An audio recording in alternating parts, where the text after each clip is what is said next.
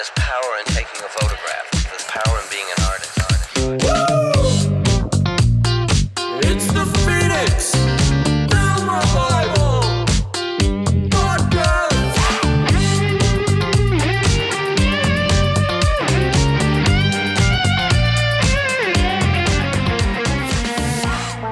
We're back again for another episode of the Phoenix Film Revival Podcast. I am your host, Daniel Yannicone, and I have with me my lovely wife, Stacy. Hello, hello. And we also have KJ Herb. KJ Herb. So awesome. We have another awesome person. Dan and his Cool person. cool. You're a real cool person. You're awesome.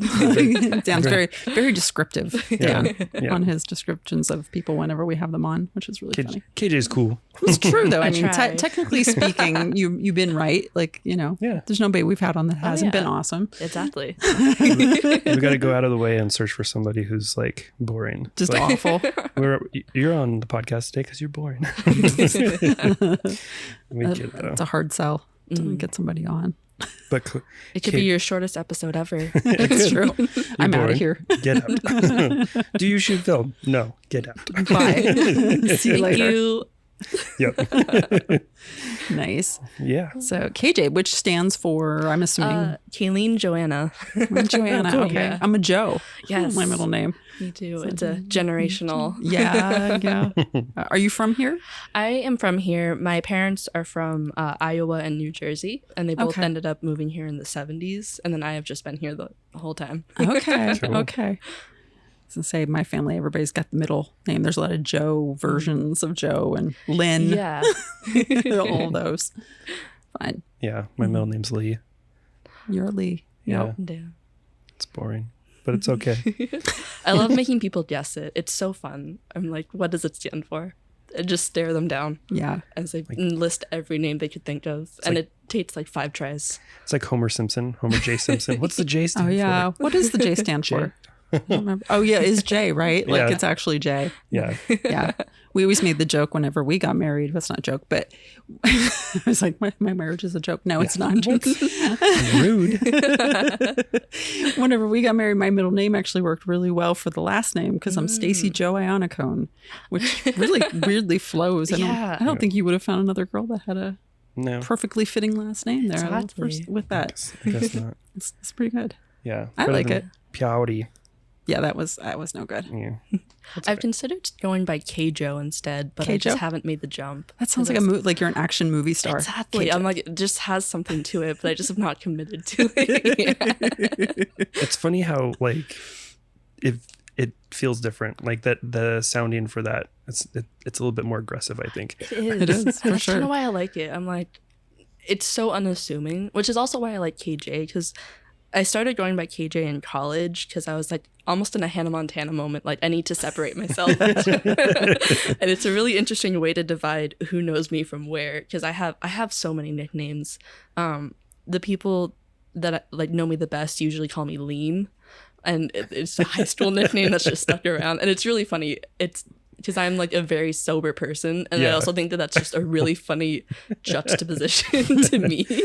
Just a little bit. And then a new introduction is my partner and his friends. All of them call me K, and so it's a fun way to like source how you know me. Oop. Yep. To source how you know me, Yeah. and where you came from. Yeah, based on what they call you. That's actually pretty good. I dig it. I like that. I like Keijo though. I know. It's interesting. I That guess is- it's like Cujo? Kind You of, thinking yeah. Cujo? Well, a little bit. I don't know. But I dig it. Yeah, it's very action-like. Yeah. I think it just flows a little better. Like it's kind of got a better shape. Herb's such a great last name too. Hard H, Herb. Yeah, I was gonna Herb. say. Yeah. Yeah, I was gonna pronounce say that with with a herb. Yeah. Yeah, which is That's- really good. Right. I wouldn't give that up if I was getting married. I'd be like, nope, I'm keeping that one. That's I'm like, I don't think I can give that one up. Yeah, I'm like, it's a really good one. it's too interesting. What ethnicity is that? Some English or German. Because that side of my family is either English or German. The more interesting side is the Norwegians, and so. But that's not the last name I have. Yeah, I don't know a lot It'd of be pronounced Hijab. Yeah, I don't think I've met a lot of that last name at all. They're all in Pennsylvania. Oh, really? That's funny because I'm from Pennsylvania. I still haven't heard it. That's really funny. Yeah. That makes sense if they're German, though. Yeah. Because there's a lot of Polish by hat. I get a lot of Polish terms. A lot of whatever. German. It's just kind of a mixing pot of white, like whichever. Yeah. All the white stuff. Yeah. I've got that for sure. Yep. Nice. So how do we know you?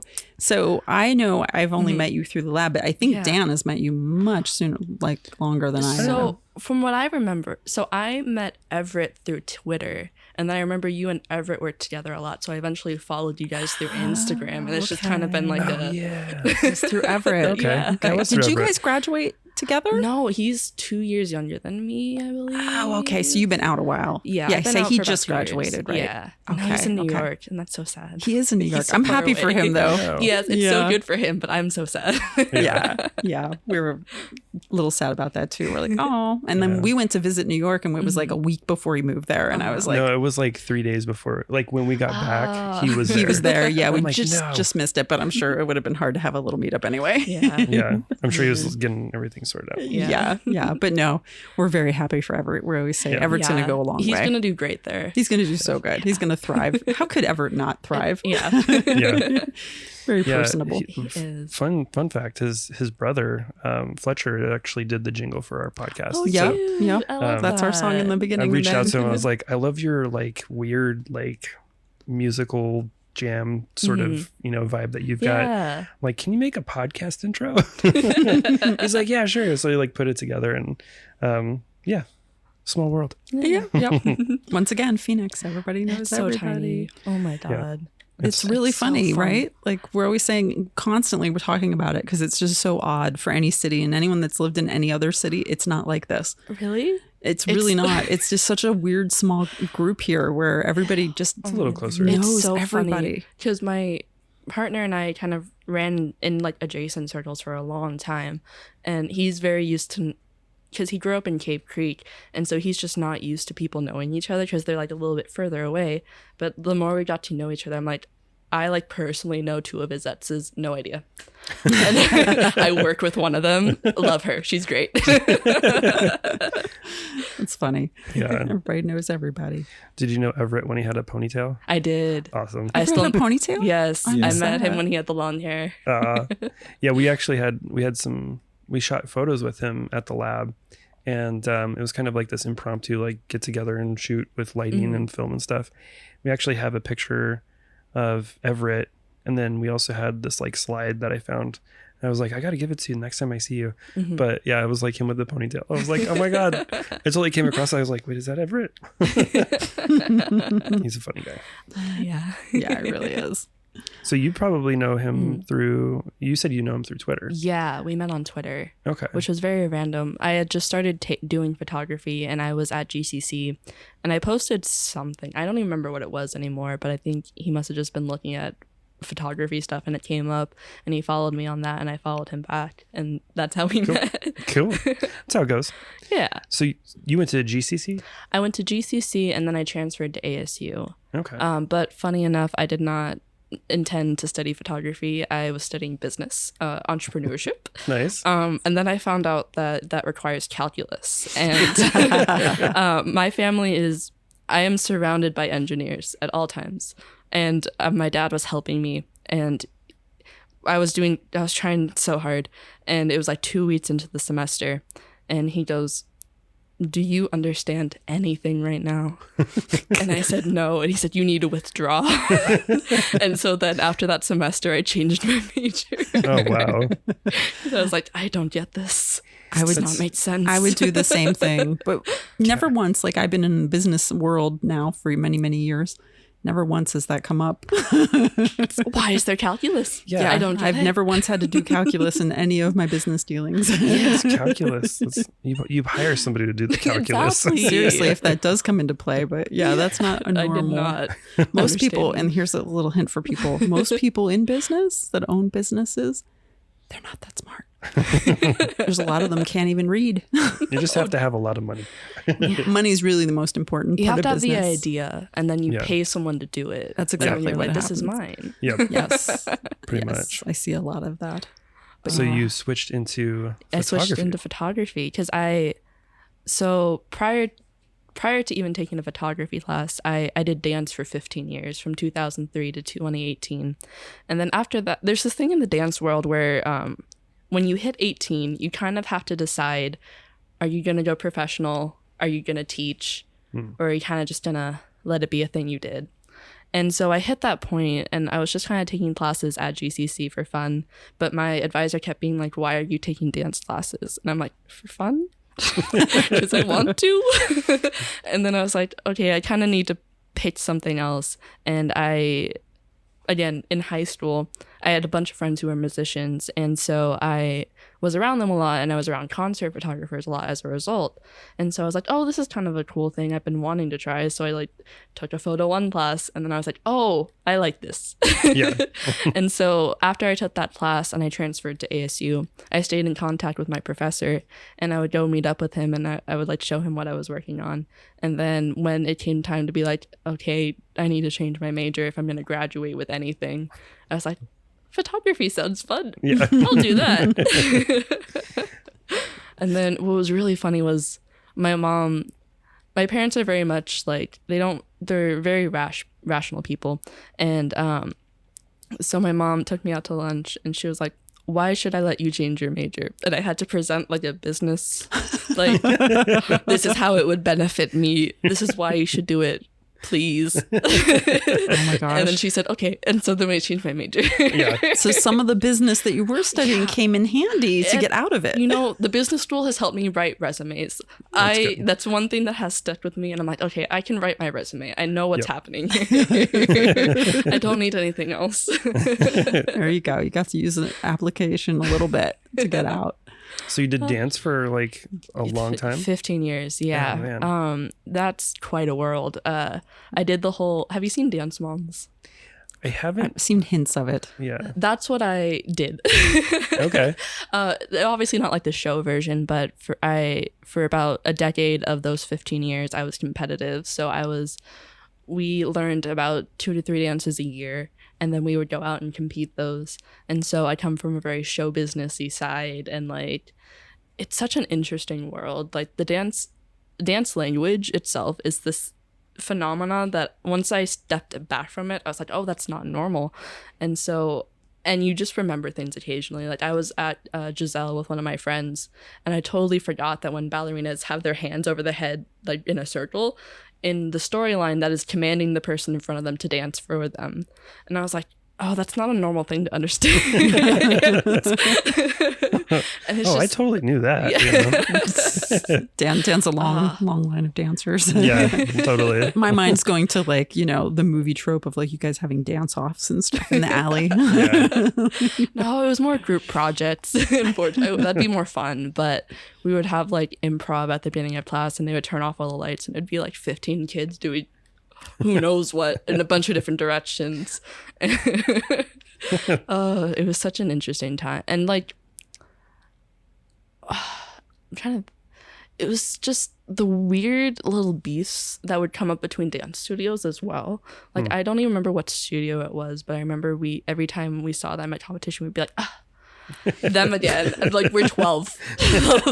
like there's no reason for us to be having this beef as 12-year-olds. Yeah. But it was encouraging, I guess, nonetheless. It gets competitive, like a sport. Crazy. Yeah. It's so competitive. I think we were watching like program on like the Dallas Cowboy Cowboys cheerleaders. Yeah, we watched that, and I Yes. was like, "What is this?" I Oh, was yeah. like, it felt very Yeah. cult-like. Oh, it is 100%. Yeah. It is like when you're in it, you think this is the best thing that could ever happen to you, and then you step back and you're like, maybe I need a therapist.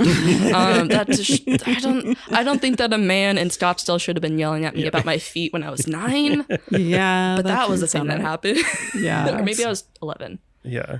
Barry's, shout out. Yeah. He's the point guy. Yeah. He's been around forever, and he's the person you send your children to when they get their first point shoes. Oh wow. So there's like a guy in Scottsdale. He's just like helping little kids with their dance shoes. It's such a funny thing. That's his job. It is, and he's been here since the 80s. My mom knew him. Oh wow. That's funny. Yeah, that is so strange. Some people have their they're gifts, I That guess. probably stick to it. That probably takes a toll on your body, I can imagine. Oh, I have scoliosis. I have like my joints crack way more than they should have, and like I compare myself to all like the 50-year-olds at work, and I'm like, oh no, yeah, and like I have scoliosis as well, so Yeah. I just didn't dance. So Nope. Yeah. But that would have been a disadvantage, I'm sure, if you tried to dance with your scoliosis. yeah, probably not. oh yeah, it's not great. I can't recommend it. Everything hurts, Yeah, I can imagine. Oh my especially goodness. because I was in the era of dance where like back tricks were really impressive, and so like there's this thing called a scorpion where you are fully standing and bringing your leg to your head. Ugh. I think that's why I have scoliosis, because I was trying to do that at like a very Ouch. bendable age. Yeah, yeah. messed up your growth. I could have been taller. I blame mine on this one time where I was on a trampoline and I landed on my face and the back of my feet Ooh. smacked my head. And You went full scorpion? I went full scorpion. Yeah. And I was like, I got off the trampoline. I was like, I think I'm never going to get on a trampoline again. I was like very confident, like that's not going to happen again. I was like seriously concerned, but I'm sure it's like genetic or something. But, Same. yeah. I think you're born with that. It's like, no. But so you decided to switch into photography. I did, yeah. It was really interesting. And it was also around the time that like the Instax mini camera was really, really popular. Oh, yeah. So that was my first introduction to like film. I was like, oh wow, I don't have to go to a computer. I don't have to like wait for this file to load and print it. It's here. And so as someone who was born in 99, so I got that like advent of technology. Yeah. So I have a moment with that. Yeah. I love bringing that up. It's so funny to me because the first 2 years of my life are all photos on film. But then when my brother came around is about the time they got a digital camera. Yeah. And so I just had never seen those photos for a long time, but I'd always seen my brother's photos. And so I think that's also why I got into film, was from those really, really early photos of me. And I'm like, why are they so different? Why does this look different? Why does this feel different? And then, like I said, I got the Instax camera in like 2016. And I was like, oh, this is fun. This is expensive, but this is fun. Yeah. Yeah, that adds up really quick. That film. And It's especially actually when, cheap too. It's jumped up in price, but oh Yeah, God, it has- yeah. yeah. Yeah, absolutely. People still using those though. You can still find those everywhere. Those cameras. Oh So yeah. Yeah. they never really lost. But they're fun. They're so fun. Yeah. Yeah, they're so And they're, flexible. like, it's honestly nice how small they are because they just fit into everything. You Yeah. can just Yeah. do so much more with them. Yeah, and the kind of- quality is kind of nice too, like comparatively to Polaroid. Mm-hmm. Well, back in the day, I remember having a wallet when I was a little kid, and like I had all the weird like. Of course, you had a wallet. Well, I had a wallet, but I had like the spot to put like pictures in. Yeah. Yeah, And I just remembered like this little thing that like folds out, and I didn't have pictures to put in it because I was just like, I don't know. you were a like, child I was with a a wallet. child with I a was wallet. also a child with a wallet. Yeah. And you're like, I'm copying my parents and just like, Yeah. this is not a credit card, but I'm going to pretend it is. Yeah, pretty much. Put like cartoons from like the newspaper and stick them in there. Yeah. Yeah, but I feel like the Instax is around that same size. It I is. have- It's exactly the right My size. wallet has about 4 or 5 of you in my wallet. in your wallet. In my Oh. wallet, yeah. Aw. You can pull them out. Yep. There's a whole bunch of Instax little ones, and they fit perfectly in a wallet. do. They It's really great. do. It's a great size. Yeah, it's a cool invention. I think it's just great that it's like Polaroid was around, and then Impossible Project came along, and then Polaroid bought them back. And it's like I'm so ever glad- since like Polaroid stopped making film and it went to Impossible, it's just been like the quality's just like gone downhill. it But went Instax way is like down. still really good. It is. I like that the cameras are small too. It's nice. You don't have a big bulky camera as well, Yeah. which is cool. I mean, I know Polaroid came up with the mini, the Go or whatever. But that direction change to vertical Terrible. is still like, Yeah. there's something better about it. It's just so much flatter Yeah. than the other one. There's also the Instax Wide, which is kind of crazy because that's Yeah. like a pretty big space, for Instax film, which is as close as you can kind of get to like a true Polaroid, like your typical Polaroid. But Yeah. what was it? I saw a reel recently, and I think it was Brooklyn Film Camera. They recently got like this Polaroid one step or SX70 like display, and it had the original Polaroids like test photos attached to the side, Cool. That's and like so the color was cool. so good. I'm like, what? Yeah. Those originals are. I do amazing. like the I-type film though. It's a pretty Yeah. strong film, and I was able to it ended up breaking my camera, but I had a 1-step 2 for a while, which was one of the Polaroids earlier. Like Yeah. instead of a battery pack being in the film, it was like in the camera. Yeah. And so there was an off and on switch. And I figured out that if I pressed the shutter and turned the camera off, I could double expose the Polaroid. Oh, nice. And that was great until it broke. I'm like, ooh, I'm glad I finished my project before that happened, but that kind of sucks. Yeah. I think the new one that they have is like $600. Yes, but And it it's has, like, a manual meter. functions. Yeah. Yeah. My friend got it, and I was like, bro, why did you get that? And I was like, well, of course you got that one. I was like, you spent how much on that? But Yeah. he does a lot of Polaroid stuff. He does Okay. like boudoir like sort of stuff. Yeah. That's appropriate. In that. Yeah. But yeah. He can write that one off. Yeah. And I'm like, well, you need a good camera for that, obviously. But Gives it that gritty feeling. Yeah. but like to be able to double expose or like change Mm-hmm. your exposure like speed and stuff like that is really nice. I knew somebody who modified they took like the Instax Mm-hmm. wide back and took that off and then put it on a land camera Oh. and then Yeah. put a different lens, like a glass lens on Yeah. the land camera. So basically it was like this Frankenstein contraption, but you could manually like change Yeah. your exposure. And then you can also trigger you could take as many exposures as you want over the same exposure, Oh, over the nice. same frame basically. Yeah. And then just, push the button to kind of release it. So Mm-hmm. I was like, oh, that's kind of cool, but that's too much work to build that. But yeah, Nice. Instax is fun. It is. Yeah. So when you went into the program at ASU, was there a lot of guys?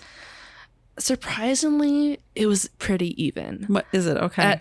In art school, at least, it was fairly even during the time that I went there. Like it was pretty 50-50. But when I go out into like the regular world, that's when I Yeah. noticed a really different change in who's doing more of what. yeah.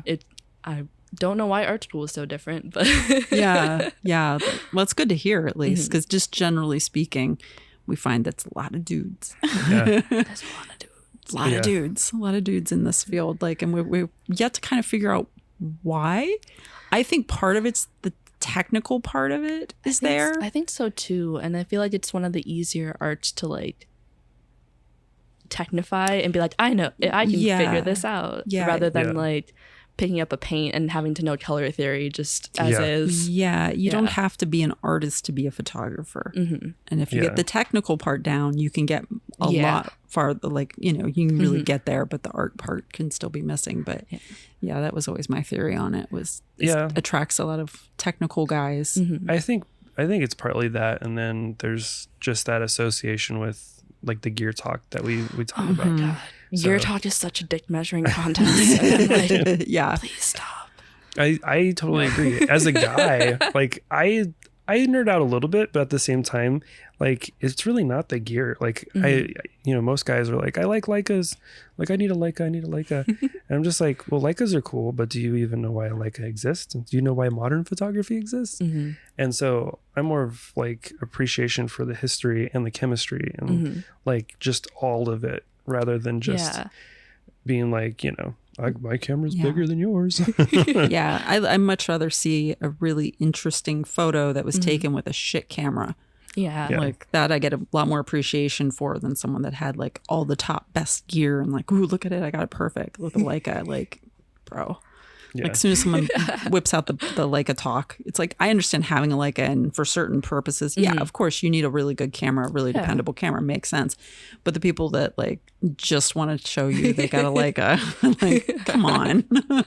I feel it's more of like a what do you want to call it? Like a Ferrari of a camera. Yeah, it's like So- driving around in a nice It's a car name and they that want to be people like, look know. at my car. So Yeah. once again, like we're not car people either. So Yeah. it's like, I Yeah. don't know how they work. Yeah. Stop asking me that. Yeah, yeah, exactly. I put gas in the gas tank, it goes. exactly. If I get to point A to Film in point the camera B, goes. Perfect. all good for me. Yeah, and I can make it work in between. But yeah, we talk about it often. Like it's just because we always want, like, even on our podcast, we want to get like diversity and like a lot of different people. Yeah. And it's just like a lot of the people are men and there are a lot of white men. And it's like, why? Like there's so many. And I always wonder that. And I'm like, the girls need to get into this too. I think there's a lot of gatekeeping as well. I think Maybe, yeah. people that are, before they get, like if they don't take it as school and they want to get into this as a hobby, I think there's a lot of gatekeeping if you even go to like YouTube or things like that. And people are like, oh man, I gotta like have that gear and I gotta have this, and like, you know, they feel intimidated, I think, by the guys, I think so, that want to like act like this is all a secret. There's a lot of that. Like it has to be like this super complicated, I know how to do this, but you don't know how to do this. Yeah, like the minute I realized that developing your own film really has a lot of like, what's the word I'm looking for? There's a lot of room for error, and it still looks fine. I was like, oh, this is a lot easier than I thought it was. Yeah. That's what I realized too when I first developed. I was like, this is not that challenging. I was like very critical of it, and I had my friend show me, and he filled up a giant like 5-gallon bucket of water in his kitchen sink with hot water, and he put the chemistry in there. I was like, he's like, yeah, we're gonna make tacos now. And I'm like, okay. I'm game for tacos, but I'm like eyeballing the water, like, you sure that's the right sound? Like, you know, how many rolls have you run through the chemistry? You know, running through like all the stuff that I thought I knew. Yeah. And then he's like, no, don't worry about it. It's fine. Like he like touched it. He's like, no, it's good. I'm like, you don't have a thermometer? Like you have a kitchen, you're cooking tacos, but you don't have a thermometer. But and then, you know, he developed some film and it came out. I'm like, oh, okay. And then like there's some latitude there. I mean, it was really tight back in the day with labs, because the lab basically needs to get it exactly where it needs to be. It has to be very consistent For customers, yeah. but like nowadays it's just, you know, okay, I've got an image, cool, you know. Most kids are like that, and we don't really have, there's a few labs where if you're shooting like wedding photography or you're a fine art photographer, you can probably send your film there and get really good results. But yeah, I don't know, I like developing at home just because it's like more hands-on. You're more involved with your art. I had to start just because I started working at 9 to 5, and I was like, why are all the labs I want to go to also open Monday through Friday, 9 to 5? I'm like, okay, I guess I'll figure this out. Yeah, I'll do it myself. Yeah, exactly. They're like, which you would think, because like a lot of the labs are kind of like younger people as well. You would think they would adjust the hours to like be more flexible. For even open till 7, I'd be like, sick. Okay, I can still make it, but no, okay. Yeah. It seems weird. I mean, I feel like you should have a lab that runs a couple, like 2 nights a week that are open late. Yeah, that would make nice. sense, especially for, I'm assuming, I mean, the clientele's probably on the younger side too, for the most part. I mean, we do our own film, so I don't really go into the labs or utilize them really, but Yeah. I don't know. Especially on the east side where all the students are, which I know. Like, I love Tempe Camera so much, but they're that way. They're open till 5, and I'm like, oh, okay. Yeah. which is weird because they're like right there. Yeah. Which I mean works for the students. So I guess that's why it continues that way. Because when I was going to AST, I'm like, oh, this is fine. And then You're right there. Yeah, you can stop in and real easy peasy. And a lot of places have switched over to doing like drop boxes. Like you can drop your film off. Yeah. We were during COVID developing film, and I always laugh because I told Stacey this story a while back, and she knows that it's really silly, but people played along. I would develop film for people, but I like announced it, and Tempe Camera was closed, and so you couldn't go and get your film developed there, and it was just kind of hard to go anywhere to get film developed. So I was like, well, I can develop in the lab by myself, and then I'll scan it. And there was a steady flow of like film that started coming in, but the method was to just chuck it over our fence in the backyard of our lab. So Go in the back of in our sketchy backyard area. And so alley. we had was it just a cardboard box, and I wrote on the side, or I had Jeff, I think, right on the side. Yeah, I was like, I put it in the backyard, and I was like, all right, throw it into the bin. Like you can get it in, because I work a 9 to 5 job. So, so my hours were like, I'd go to the lab in the evening and work on it. And it was interesting. I actually had a lot of people come through and develop, or like come in to get the film, like pick it up or drop it off in the evening. Was the box attached to the fence, or just? No, it was just like outside, like on the inside of the fence, like just enough to where you could toss it over. You couldn't get your hand in, so they had to have really good aim over the fence. Yeah, you just really had to chuck just like it. a razor wire fence too. This isn't like a short fence. This is like a high fence with a razor wire at the top. Yeah, it's a gamble if you'll get your film developed. You just really have to want it. Yeah. Put a little a little aim thing on it in the middle of the night back there. No You lights. get a discount if you make it in the little box. It worked for a little while, and then I was like, you know, This probably isn't the best. So, No, yeah. not at all. And then we switched over and we teamed up with Pueblo to do a little Dropbox over there. So, Oh. but We don't do a whole lot of developing in general, though. No. Workshops. We do workshop developing. So when people take our classes, like, you know, because it'd be a little strange to like come to our shooting on film workshop, shoot this roll of film. Bye. yeah, good luck. You're on your own. So Next steps are yours. Yep. You can do it. Yeah. yeah, exactly. Believe in you. Some people do keep on to it and then they take the next workshop. And, We had a guy come in and he took the intro class and then he's like, he signed up for the developing class and then he signed up for the printing class. He's like, Nice. I'm just going to take it all I'm the just way going to through. stay here all day. Steps. I'm like, all right, there you go. Yeah, So, because we have the day that 'cause sometimes we book all three, and which is a really long day because it starts at like 8 in, and then we go until 5, like 6 or something. 4 p.m. Yeah. Yeah. By the time we get out of there, but he just like stayed with us all day. He just kept signing it. He's like, I'll sign up for the next one. It's like, I don't got anything doing it. Going today. I'll I sign up for started this next this. I one. might as well finish it. Yeah, so he went the whole way through. I'm like, that's a lot of information at one day. Yeah. But if you think about it, there's a lot of people out there like our friend David and Lucinda and Dave Tabor. They all basically like shoot in the morning and then they develop it and then they're posting up in the evening, you know. Yep. That's how I like do their it. Saturdays and Sundays roll. So. Yeah, that too. Like I'm too impatient. Even like a lab that can get it done same day, I would like. Yeah. I'm too impatient. I just want to get mine done, and I almost shoot all black and white too. So and that takes a lot longer through the labs. Are you the same? Do you? I want to get it done the same day, but I'm like, it takes so much energy to like, all of my shoots take a lot of energy. 'Cause I try to get one out a month if I can, because so I work in a directorial method. So all of my photos, except for the scrapbook ones, are completely staged. So I'm going into them. I have a model. I have to source a costume. I have to source props. I'm sourcing some sort of backdrop. I'm piecing it all together myself. So that's about 2 weeks at least of prep, and then an hour or two of shooting, and then developing it. And by the time I'm done developing it, I'm like, I want to lay down. And then I hopefully get to scan them the next day, but I try to have them up within a couple days. Yeah. It's a lot of work. But it's so much fun. I'm like, Yeah. I approach photography in the same way that I would approach like painting or drawing. Yeah. Where I'm like, I have this thing in my head and I need you to see it too. And so I approach it that way so that I can like figure out what that looks like to me. So when I go into a shoot, I have an idea of what it's already going to look like and I know what Yeah. I'm shooting for. So I'm pretty limited on rolls. I try to maybe only shoot like 2 or 3 rolls per idea because I'm like, I know what I want. And then I just, after roll 1, I'm like, okay, now let's do something silly. Yeah. And then say okay, we're doing the same pose, but can you turn like 35 degrees? And I'm like, okay, that was silly enough. And then I move on. That's good. A lot of other people take the opposite approach where they're just trying to find the interesting thing. And it's interesting that you're putting it out there and setting it up. I Yeah. enjoy it so much more. It's so much Yeah. like, maybe I'm just controlling, but I'm like, I want it to look this way.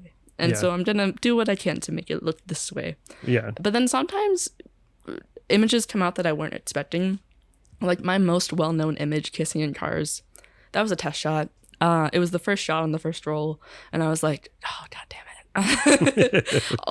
That was 4 rolls. I could have just done 1 and I'd be done. Yeah. You probably save some time and roles just in the general sense, just because you're already thought out, you're ready to go. And Right. it's just the final executing is just shooting that photo. It's I'm like the so very tail end. concise. The text that I send people before I shoot with them is like 3 paragraphs long. It's like, we'll be shooting from this time to this time. Bring this with you. This is how I want your hair. This is how I want your makeup. Bring your friend if you want for support. Blah, blah, blah. And then they're like, okay. And then I try to cover any question. I'm like, what could someone possibly ask me about? And it ends up just being this novel of a text. I'm like, this is the idea. This is the inspiration. This is what I'm trying to do. And they're always just like, okay. Sounds like those business classes paid off a little bit. They A little did. bit, yeah. Yeah. Is it business back or and is it play. my OCD being little- like, you need to see what I'm seeing Yeah. right now? A Yeah. little bit of that too. Yeah, it's a great storytelling. I know I think we have a copy of your book, the prologue book. Yeah. Oh yeah. And then you had sold it during last Grand Avenue Festival. We had copies there. And I think Yeah. you had some prints there too. Yeah. I think that we sold too. Because I think that one was. I think Kissing Car was the only one that sold. I remember I brought one home. Yeah, I remember Yeah. having that one in there. But yeah, it's just such a nice, like, there's a vibe there and a story there. And you can tell, like, oh, this is thought out. Like, somebody put that, and you put words to it too, which a lot of people Yes. don't do. Like, I love to see that. I try to like explain a little bit of what my thought process was, but instead of explaining it like a normal thought structure, I'm like, what if I write it as a little poem that they then have to figure out as well? Yeah. Like, this is a little riddle for you to figure out, and that's all I'm gonna give you. Yep. There you go. Figure it out. Make it what you want. I hope it means something to you. It's so funny to like, the thing about my work being so, I think it's pretty distinct in what it is you can, there's a lot of people who are like, oh, that's cool, that's nice. But then when someone actually like really connects to it, it's like in their full body language, and like they're just usually not saying anything. And I've been in this method since like basically when I started. And one of my first pieces that was exhibited and won Best in Show, it was during COVID, and it was at Art Intersections Emerge 2020 show. And so there weren't very many people in the gallery when me and the model in the photograph, one of my best friends, Jess, went. And we had masks on so you can really tell us who we were. And it was us and this couple in the gallery. And so I was like, I have to wait till they see my photo. I have to know what's gonna happen. And it was the woman got to it first, and she was standing there for a while, and I could tell that she was deep in thought. And then I saw her husband like inches, like piece by piece over it. He gets to the piece, he goes, "Oh, Best in Show." I don't get it, and moved on. And I was like, nice. And then I left without introducing myself. See where this goes. I'll see my way out. Art is very subjective. It is. That's for It's sure. incredibly- People have their like things they like and what they don't like. And Oh, yes. they don't spend a lot of time on stuff that they deem not what they like. So I always try to look at stuff through not my own eyes. I try to look at things because it's so easy to like just make these quick judgment calls on stuff. So I'm always trying to like force myself, and it's very hard to like do that, to look at people's work and look at it through Their a different eyes, lens yeah. and through their eyes. It's like, okay, well, what do they see here? What's interesting in this photo for them? Why do they want to put this out into the world? And it's a hard place to put yourself sometimes. Yeah. So being a photographer and putting your work out there, it's like you have to kind of accept that Oh, generally yeah. speaking, most people aren't going to Oh, yeah. give it that critical eye. But I think when you start shooting photography and you start putting it out into the world, you get a greater appreciation of people that do that. So you want to like yourself do that more. You're like, no, I have to slow down. I got to think about this. I got to like, these people put the work in. They did this. Yeah. They put this in the world. That's a vulnerable thing to do. So it's like you have to. It's very helpful. Jess, as I previously mentioned, who was my roommate and one of my best friends, at the same time I was completing like a BFA, she was getting a degree in museum studies. So we would have these conversations, like really digging into pieces and being like, and when I was trying to build something, she'd be the person I would talk to, because I'm like, do you get where I'm going with this? And she'd be like, yeah. And then she'd like elaborate on it. But she's also very specifically a modern art person. I always forget the artist's name, but her like undergrad thesis paper was about the guy who wrote his name on the urinal and presented that to an art show. I love his work is so funny. I love the story about how he was one time, I wish I knew his name. That'd be great. But one time he was invited to this show, and the date kept coming closer and closer, and the curator was like, hey, where is your piece? And he's like, oh, it's coming. And like it ended the night before the show, he decided his piece was him coming into the gallery with the red string and tying all the other pieces together. And so when they could watch in the next day, his pieces being like, these are how these are connected. And that was it. Nice. It's just so funny. It's a different take. Duchamp? Yes. Duchamp. Okay. I always forget his name. He was also the guy with the furry teacup. I remember that. Yeah. Which is so disturbing. It is. I don't like that picture. No, it's very like, what's that? Elaborate, please. Fairy teacup? It is a teacup with animal fur Made of all fur. around it. Yeah. Oh, that one. So it's like one of those things that there was someone also that did kind of recently, modernly, they did a series of photos that were objects that were wrong. Like they were just fucked up objects where you made you very uncomfortable about like how they were shaped and how they were to be used. Have you ever seen those photos of the white man Thanksgiving, I think is what it's called, where it's like 5 dudes in a basement and they have like a jug of milk and like Jello. And it's the worst. It's so uncomfortable to look at, but every year it comes back. I'm going to have to search this one out. It's kind of like the best work though, because that's the stuff that makes you like if you have some sort of reaction, even if it's a bad reaction or an uncomfortable reaction, that's a reaction, and that makes it art. And that's the fun part about art. It's like, Yeah. it doesn't matter that you didn't like it. You had a thought about it. So they won. Yeah. Yep. It's like the guy who taped the banana on the wall and was Oh, like, yeah. Yep. Yep. And then the guy came over and ate the banana. I was like, no, you can't do that. It's Well, like, now "What? it's performance art. So Yeah. Yeah, Exactly. it becomes something completely separate. Yeah. That's like what's his name that does the street art? Banksy. Banksy, Yeah. and he sold the Banksy, and they had it in the frame, and then they were at the shredded. thing, and they shredded it in the middle of like the thing. Oh, I love that. That was golden. I was like, yeah, that's on par.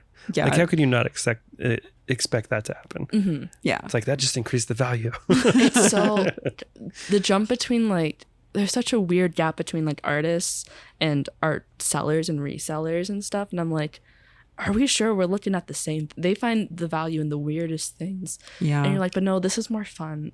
Yeah. yep. Yeah. This is not as serious as you're making it out to be. Jumping back to art school. Art school is about bullshitting. You get through art school by lying through your teeth about things having value.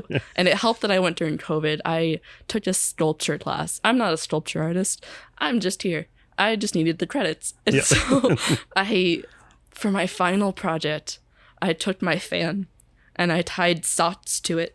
And I put pieces of fabric at the top, and I made a whole statement about how when you get burnt out, all of your chores fall behind while time keeps moving forward. I got 100, Awesome. and I did that in 2 seconds. There you go. Yeah, that stuff's hard. Like I had to do that recently this week. I submitted some work for a show. And I had to have description, and I don't even name my work. I'm not good at that. And I'm like, Yeah. ChatGPT, can you help me out in this situation? ChatGPT is really good at that, actually. Yeah.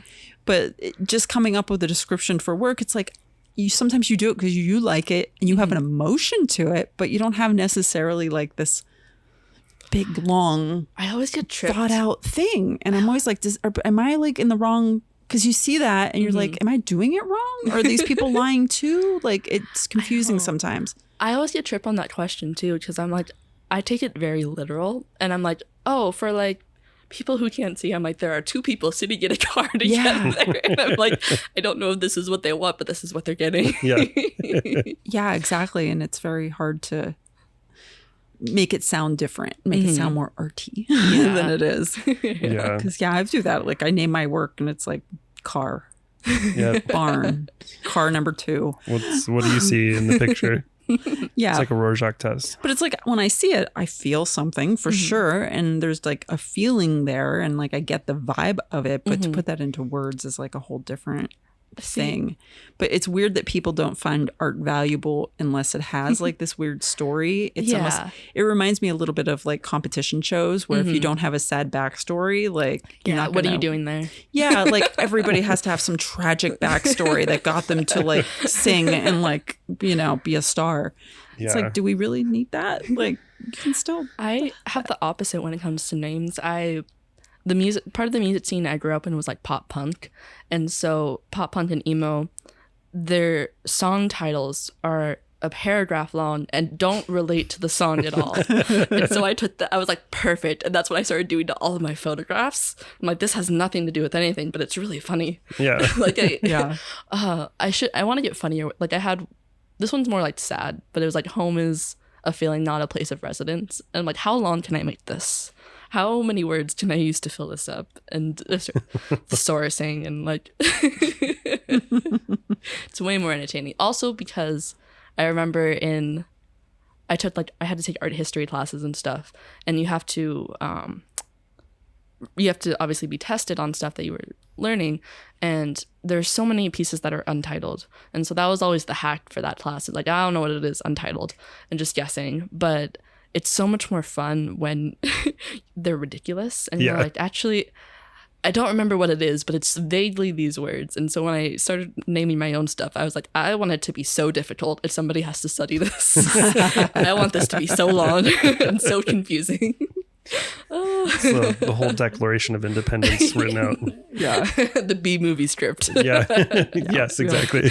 Well, that's a different, like a separate layer to your art. It's like you got a whole other thing going on too. It's like the name itself, like people are probably confused. They're like, wait, hold up. And it just makes them that much longer looking at it and thinking about it. And that's also why I started writing. When I exhibit, I have the piece, I have like a 4-inch mat around it, and I started writing the poems on it because I found that people would then get really, really close to it. I'm like, perfect. Yeah. And then I would sneak up behind them and take a picture. They'd be like, wow, people are really looking at... No, they're just reading it. But you're making them get up and close with it and seeing what's going on. It's a good business strategy. Exactly. I like it. And it's even better because I write like a 70-year-old woman who was born in the Great Depression. Like it's this slanted, really pretty cursive, but I'll show my coworkers while I'm like framing. I'm like, look, and they're like, I can't read that. I'm like, okay. And I go back. Excellent. Perfect. Even better. It's a mystery. Nice. Yeah. Was that the first book you did? Yeah. Technically, no. I did a project when I first got my Mamiya where I was kind of just trying to learn how to use it. And so I did a project called September 31st. And I get kind of sadder on my birthday just because, like, I don't know, regular birthday blues. But I think there's also this added fact of, like, my mother is born the day before I am. And so that, like, I'm seeing her get older and then, like, oh, my birthday's next. September's always a little sad. And so to like combat that one year when I got the camera, I was like, oh, I'm going to take a picture every day and I'll make a book with that and I'll slap it together. And it's just like testing it out, getting used to it. So that's technically my first book. I think I sold 15 of them and it was through Costco because that's where I worked at the time. Nice. So these really flimsy, flappy books. But Prologue is my first long-term project. Yeah. Yeah. Nice. Mm-hmm. No, you did go with that for sure. It's good to put your stuff into like a complete, cohesive, like tangible thing. Mm-hmm. Yeah. So many people post on social media and they post on, just like Instagram, Facebook. And it's like, okay, you see it briefly and then it disappears. And it's like, to have something tangible and come back to it is important. And I feel like so many people take it for granted now. Yeah, I'm so afraid of the internet going down. Like, I need to see I think that's why I shoot film is because I like can't wrap my head around SD cards and where they go and what that means. And so, but I see a piece of film and I'm like, I know what this is. Yeah. I can hold it and I can store it. Yeah. Yeah, exactly. Yeah, they're doing like storing photos in like DNA now, which is crazy. What? Yeah, like information they've realized in terms of like film and like SD cards and like storing files, but that's going to be weird when we start storing data in like DNA. I don't want to think about that. That sounds super to get even more Black creepy. Mirror to me. That's too far. Yeah, that's really creepy. Yeah. But books are nice because you see stuff in context and it's like it's always nicer to see when you see like one random photo from somebody, it doesn't have the impact that a book does because a book you see everything in context together and it's like sometimes things are bigger than the single, the whole is much bigger. So it's like nice to see that and you see the story and you see the thought and you're like, oh, this is a thing. It works more cohesively. I think some people's work stands out a lot better when you see it in mass versus one image out of their stuff. Yeah. You're like, oh, well, that seems, but then you see the whole thing and you're like, I get it. Like, that makes sense. And that's kind of how I like to organize my projects. I'm like a very top down, like, I'm like, this is going to be a book in 3 years. And so I'm like, how can I explore this idea in a few different avenues? And like, how do these relate to each other? And how can I make these connect in some way? And so Prologue was about coming of age, but specifically being 17 to 23 and also how the relationships you have during that time impact who you become as a person. And so it was this like a lot of the scrapbook images were all real images from me being those ages and doing things and having and like going out with friends. And granted, a lot of that was during COVID, and so it felt a bit different than what it should have been, especially because I turned 21 in 2020. It was interesting. Sorry. Yeah, that's gotta be weird. And so it was a very different, like, gatherings were really small, but they were still very lively and stuff like that. And so a lot of the actual project images were me reflecting on events that had already happened and kind of recreating them. So like kissing in cars, I had a lot of first dates where the first kiss always ended up being behind a car wheel, and so I was like, this is easy, so I'll just relive this through my friends. Or like another really powerful one that like I think about a lot is Last Bow, which, as I mentioned earlier, there was a time where I knew I was going to stop dancing. And so there was a show at GCC because I was on their dance team called Verve. And I knew that the last show was the last time I'd be performing. And so it's this image where my friend JC is standing to an empty audience. And just this moment of knowing that it's going to end, and then it does. And you're like, well, that's over. And it's just this solemn moment of like contemplation as time keeps moving and you have to keep going. It's great. Steep. Dan. Bro, that image is fun too because the behind the scenes of the shoots are always really interesting, and how I got to whatever that location is. One of my best friends, Caitlin, was a theater student, and I said, hey, do you know how to get into any of the theaters at ASU? And she's like, yes. And then we just walked right in. And she was doing all the lights. Nice. She was up in the booths. She was like, here you go. And I'm like, thank you. Yeah, that's super helpful to have that. That was great. No, it's really good. That's awesome. So a lot of people in photography programs, like, 'cause, you know, I come into photography and art as just, you know, outsider. Like, I've never had any kind of education on it beyond like one college class for my one semester of college I took in the 90s. You know, when people are going to school and that's their major, what are a lot of people looking to do with that? Like, what seems to be like the end game? Or do people not have an end game and they're just like in it because they enjoy it? No end game. It's a lot of the people that I ran into kind of either they went into like sports or stuff like that, but there were a lot of people who just kind of did it because they didn't really know what else to do. And there was this professor that I'm not a fan of. I also don't remember his name, so that's how well he stuck with me. But he did not like our class. You could just tell. It was during COVID, and he refused to go online and all this stuff. And then he didn't understand why we weren't talking to each other. Anyways, the last day of the last class, last 5 minutes, he goes, you know, most of you aren't going to be photographers in 5 years. And I was like, cool. That's a great way to end this class. But I hear that sentiment does come up a lot when you talk to people who have been in the field a lot longer. A compliment I get kind of frequently as of late is like, thanks for sticking with it. Yeah. Like, I talked to Dean recently, and he was like, the fact that you're still going after college is impressive enough. And I'm like, oh, I'm just having fun, but okay. Yeah. So there's it's kind of split with like people who do kind of want to do something with it, or people who get photography degrees often go into like marketing and kind of expand on it in a different direction. Or,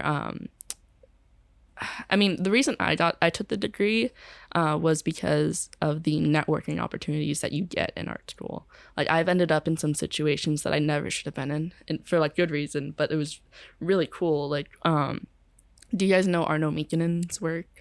No, Vaguely. I don't. He was a photographer in the 70s or 80s. He does nudes in nature. So he would take his little camera out and he would go and he would like contort himself to like blend into the nature background that he was in.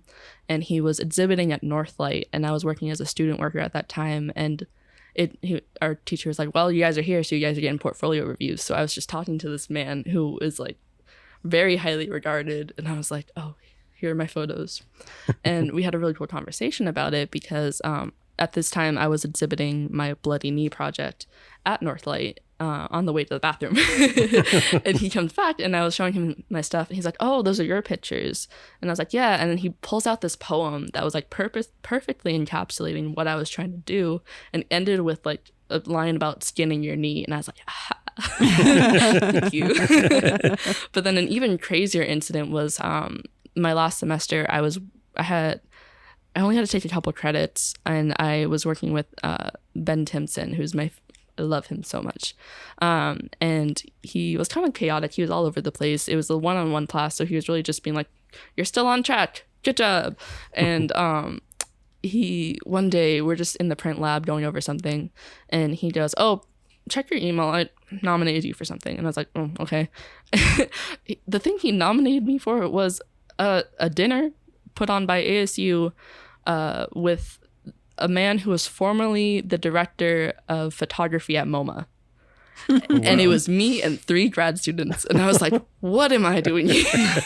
I'm the only undergrad. Oh man, I was like, so much pressure. oh yeah, I was like, oh no. Okay, I'm here. I'm here.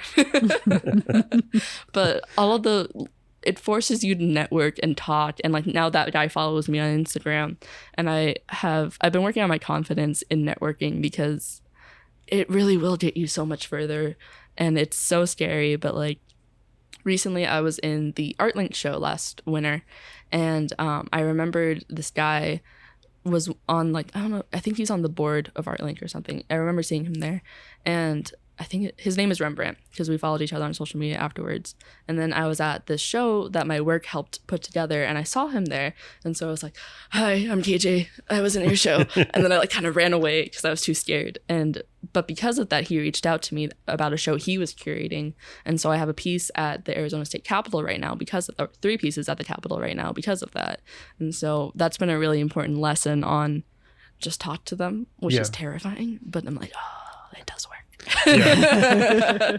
They were right. Networking is important when Yeah. it comes to art, because it is kind of tricky for you to just grow in your own art and like figure out how to display it and share it beyond just social media. Yeah. And there's just so much on social media that people don't realize that there's such a wide variety of different ways to get connected Yes. and share your work in a more tangible sense. So Yeah. I love exhibiting. It's my favorite part. yeah. Yeah, it's nice just to have it up and out in the real world, because the Instagram it's such a tiny part of the world, and a lot of Yeah. people are on it so much and think, well, that's the only way. I got to have followers on Instagram. I got to have a whole thing. It's like, no, Instagram is a very teeny tiny thing that probably won't last forever. That'll go Yeah. away. That'll go away eventually. Like that stuff doesn't Well, it's last. only been around for 12 years or something like that. Yeah. So Yeah. it's not been around for a long time, and things change. So fast. Yeah, absolutely. And you have to kind of know people. But we always say this too. There's this weird overlap of like people that can do business type things and they can do networking versus people that are very solitary artists and can't do that stuff and that they're not good at it. There's a lot of, like we said, there's a lot of neurodivergent people that are in art. And it's just this hard mix of like being able to put yourself out there and have that businessy kind of part to you to be able to like get it out there effectively and be seen. Yeah. It's such a solitary thing as well with a lot of photography. I mean, you can be really, if you want to be, you could not talk to anybody and still do photography and just fine and never have to interact with another person. So just kind of getting yourself out there. So when you have that, even a little bit of that acumen to like do that, you go so much farther because it's like, you don't have as many people competing on that end of it. Because Yeah. a lot of people aren't. It's tricky, but I always tell people, put yourself out there, even if it's a tiny bit, like put yourself out there. We're doing that with our zine. That's kind of like part of our reasoning with the zine. It's like, you don't have to be, don't have to have exhibited anywhere. You don't have to have shown this with anybody else. Just send it in. Just send it in. We'll put it in a book, see it in person, see it with other people's work. We just want people to realize you can do this stuff. It's like, just get it out there. Yeah. Yeah. And that's with the zine that we're working on right now, which it's too late to submit now. It is, yeah. By the time you're listening to this, you missed the deadline. So. But we'll have some good ones in the future. One of the things I was thinking about for the zine was actually having people submit, but they need to have a cohesive project, like not just a photo, but like a project and a description. And this is like almost like a magazine in a sense, where they're getting this opportunity to share, like an actual story and some information behind it to share in this more broad, presentation. And having multiple people in there would be fun. Yeah, but make them think about it a little bit more. Yeah. That's always good too. It's like people can take good photos and like a lot of snapshots, and a lot of people, that's how they shoot, because it's like, that's what photography is. It's capturing day-to-day stuff. But it's always nice to have like, you go a little deeper, a little farther, and like, what do I want to convey here? Maybe I can think this out a little differently. Yeah. It doesn't necessarily have to be like you do a whole production. It doesn't necessarily have to be like that. I mean, because that's a lot of work. But there can be some thought and some intent behind what you're shooting and putting it out. I like that idea, though, to have it a little more. That'd be fun. If opportunity for people to submit and really think about something and come up with a cohesive project. Yeah. And, something that flows and has a story behind it, and gives them an opportunity. Because I did ask somebody who submitted to the zine, and they're like, well, I wanted to give a description on the image. And I'm like, well, then everybody kind of has to give a description of their image. And so it's kind of hard because it's the page is doubled. yeah, pretty Yeah. much. Yeah. Yeah, I mean, exactly. it gets pretty involved to kind of lay that out. But, Oh yeah. but I think one of the next ones that we do Yeah, future ones. will be Yeah. a little bit more thought out. Yeah, this was a general capturing of the community. So Yep. it's a very hodgepodgey of like what we see. Everybody gets a participation. Yeah. I'm just happy people are submitting. I'm glad anyone's submitting, even if the images are, you're the only one that likes it. That's cool too. Like that is perfectly And fine. KJ submitted. I did. Yay. I only submitted one because I have been so busy, and I was like, this is already in a folder, and I just sent it over. So KJ's in the book too. I am. Perfect. Yes. See, so you guys can be with KJ. Like I said, you missed it though. If you're listening to this True. now, you missed a deadline. But we've been giving people lots of warning on it. But Oh, yeah. Books are so tricky though. That Yeah. making the book itself is fine, but doing the book launch event, I was so stressed that I developed insomnia, and I was like, I don't think I could ever pull off a wedding. At that moment, I was like, is this what it's like? And I would like talk to my mom about it, and she's like, yeah, that's what it's like. I'm like, I don't think I can do a wedding at this rate. This is not fun. I'm not having a good time right now. yeah, it's a lot of planning with putting a book together. Yeah. I haven't done it myself, but I'm actually in the process now. So Midsum's not too bad. I know you guys are going through them. yeah. Yeah. I had I first came across Mixim like I want to say 4 or 5 years ago. I had somebody come through and say that they had produced a book that way, and Dino was like, was the wow. first one I saw with them, and I was like, Yeah. I should check that out. Yeah. Yeah, I it's like them. I know Blurb. I've seen Blurb since like I want to say like 15 years ago. Yeah. But My thing was I didn't want their branded logo on my thing. Right. And so I was like, I think I'm going to have to find something else. yeah. That makes sense. Yeah, I mean, I get it too, because like when they first started, that was like a big thing. But yeah, the getting somebody else's logo slapped on your finished book doesn't look too great. They But put it on every page. They put No. it on the back. I don't know. I don't think it's the back of the book, but on the other side of the back cover, it's Yeah. on there. I Yeah. know. Yeah. yeah, which I mean, if you're doing like a book for your newborn or whatever, Yeah, whatever. or But photos like that. But, Yeah. Yeah. You don't want to have that long. Yeah. Yeah. That makes sense. yeah, it's interesting how zines have kind of like become the new photo album in a sense, if you think Yeah. about it. yeah, So when I was like, at the Castro Photo Center, we would get those occasionally. And I'm Yeah. like, it's weird how this has evolved. yeah, we've gone from Yeah. like printing photos, sticking them into a book, to actually producing a book. Yeah, So- and I'm stuck in the scrapbook way because that's just how my mom was. So like I have these two, and she went with binders. So these are like these thick binders, and so that's kind of what inspired the scrapbook part of Prologue. Was I was like, I need to start documenting what's happening because it's not going to be like this forever. And I found that shooting on a point and shoot, I didn't think about the composition as much. I was just thinking about what was happening, and so my friends got very used to just sudden flashes going. Be like, oh, okay. Which is so funny because now that I hang out with my partner's friends a lot more, they're not used to that. And so I'll like do it occasionally, and then they all look at me and they're like blinded a little bit. And I'm like, oh, I'm sorry. I forgot you guys aren't used to this. Yeah. Versus like my friends that were like, oh, cool. I want to see that. Yeah, show me. Well, you have to wait till it's developed. Gotta wait too. And they probably get used to the fact that you're photographers. They're more Yeah. natural and they just do their thing. And then they know you're just probably going to be shooting photos. Yeah. Versus the group that definitely never gets their photo taken. And they're like, wait, what? They want to pose. And like, like, no, don't do that. You're fine. Yeah, like posing's the last thing I want you to do, please.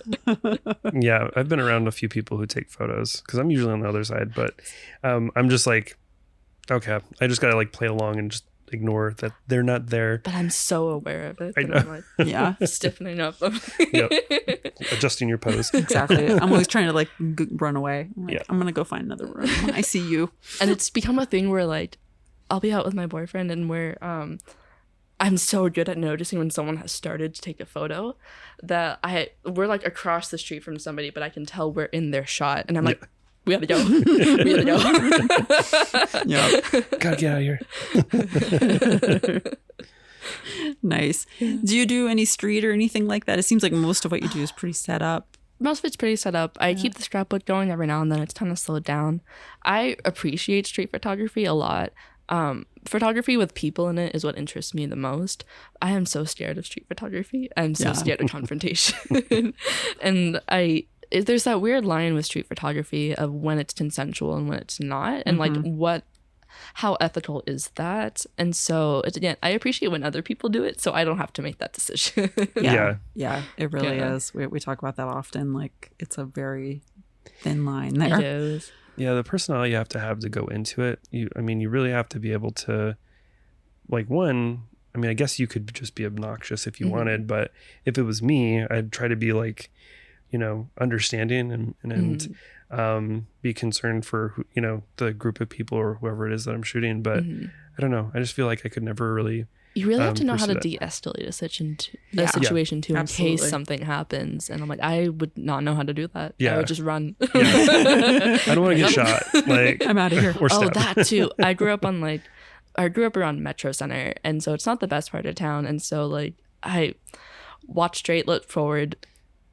You're fine. Yeah. Yeah. That's how you get through that. Yeah, I would feel very Scary. uncomfortable like walking. There's certain parts of town where you're like, I'm not gonna go like I'd love to go take pictures at the Blade, and like there's some crazy stuff going on down there. I'm like, but no, I'm not going down there.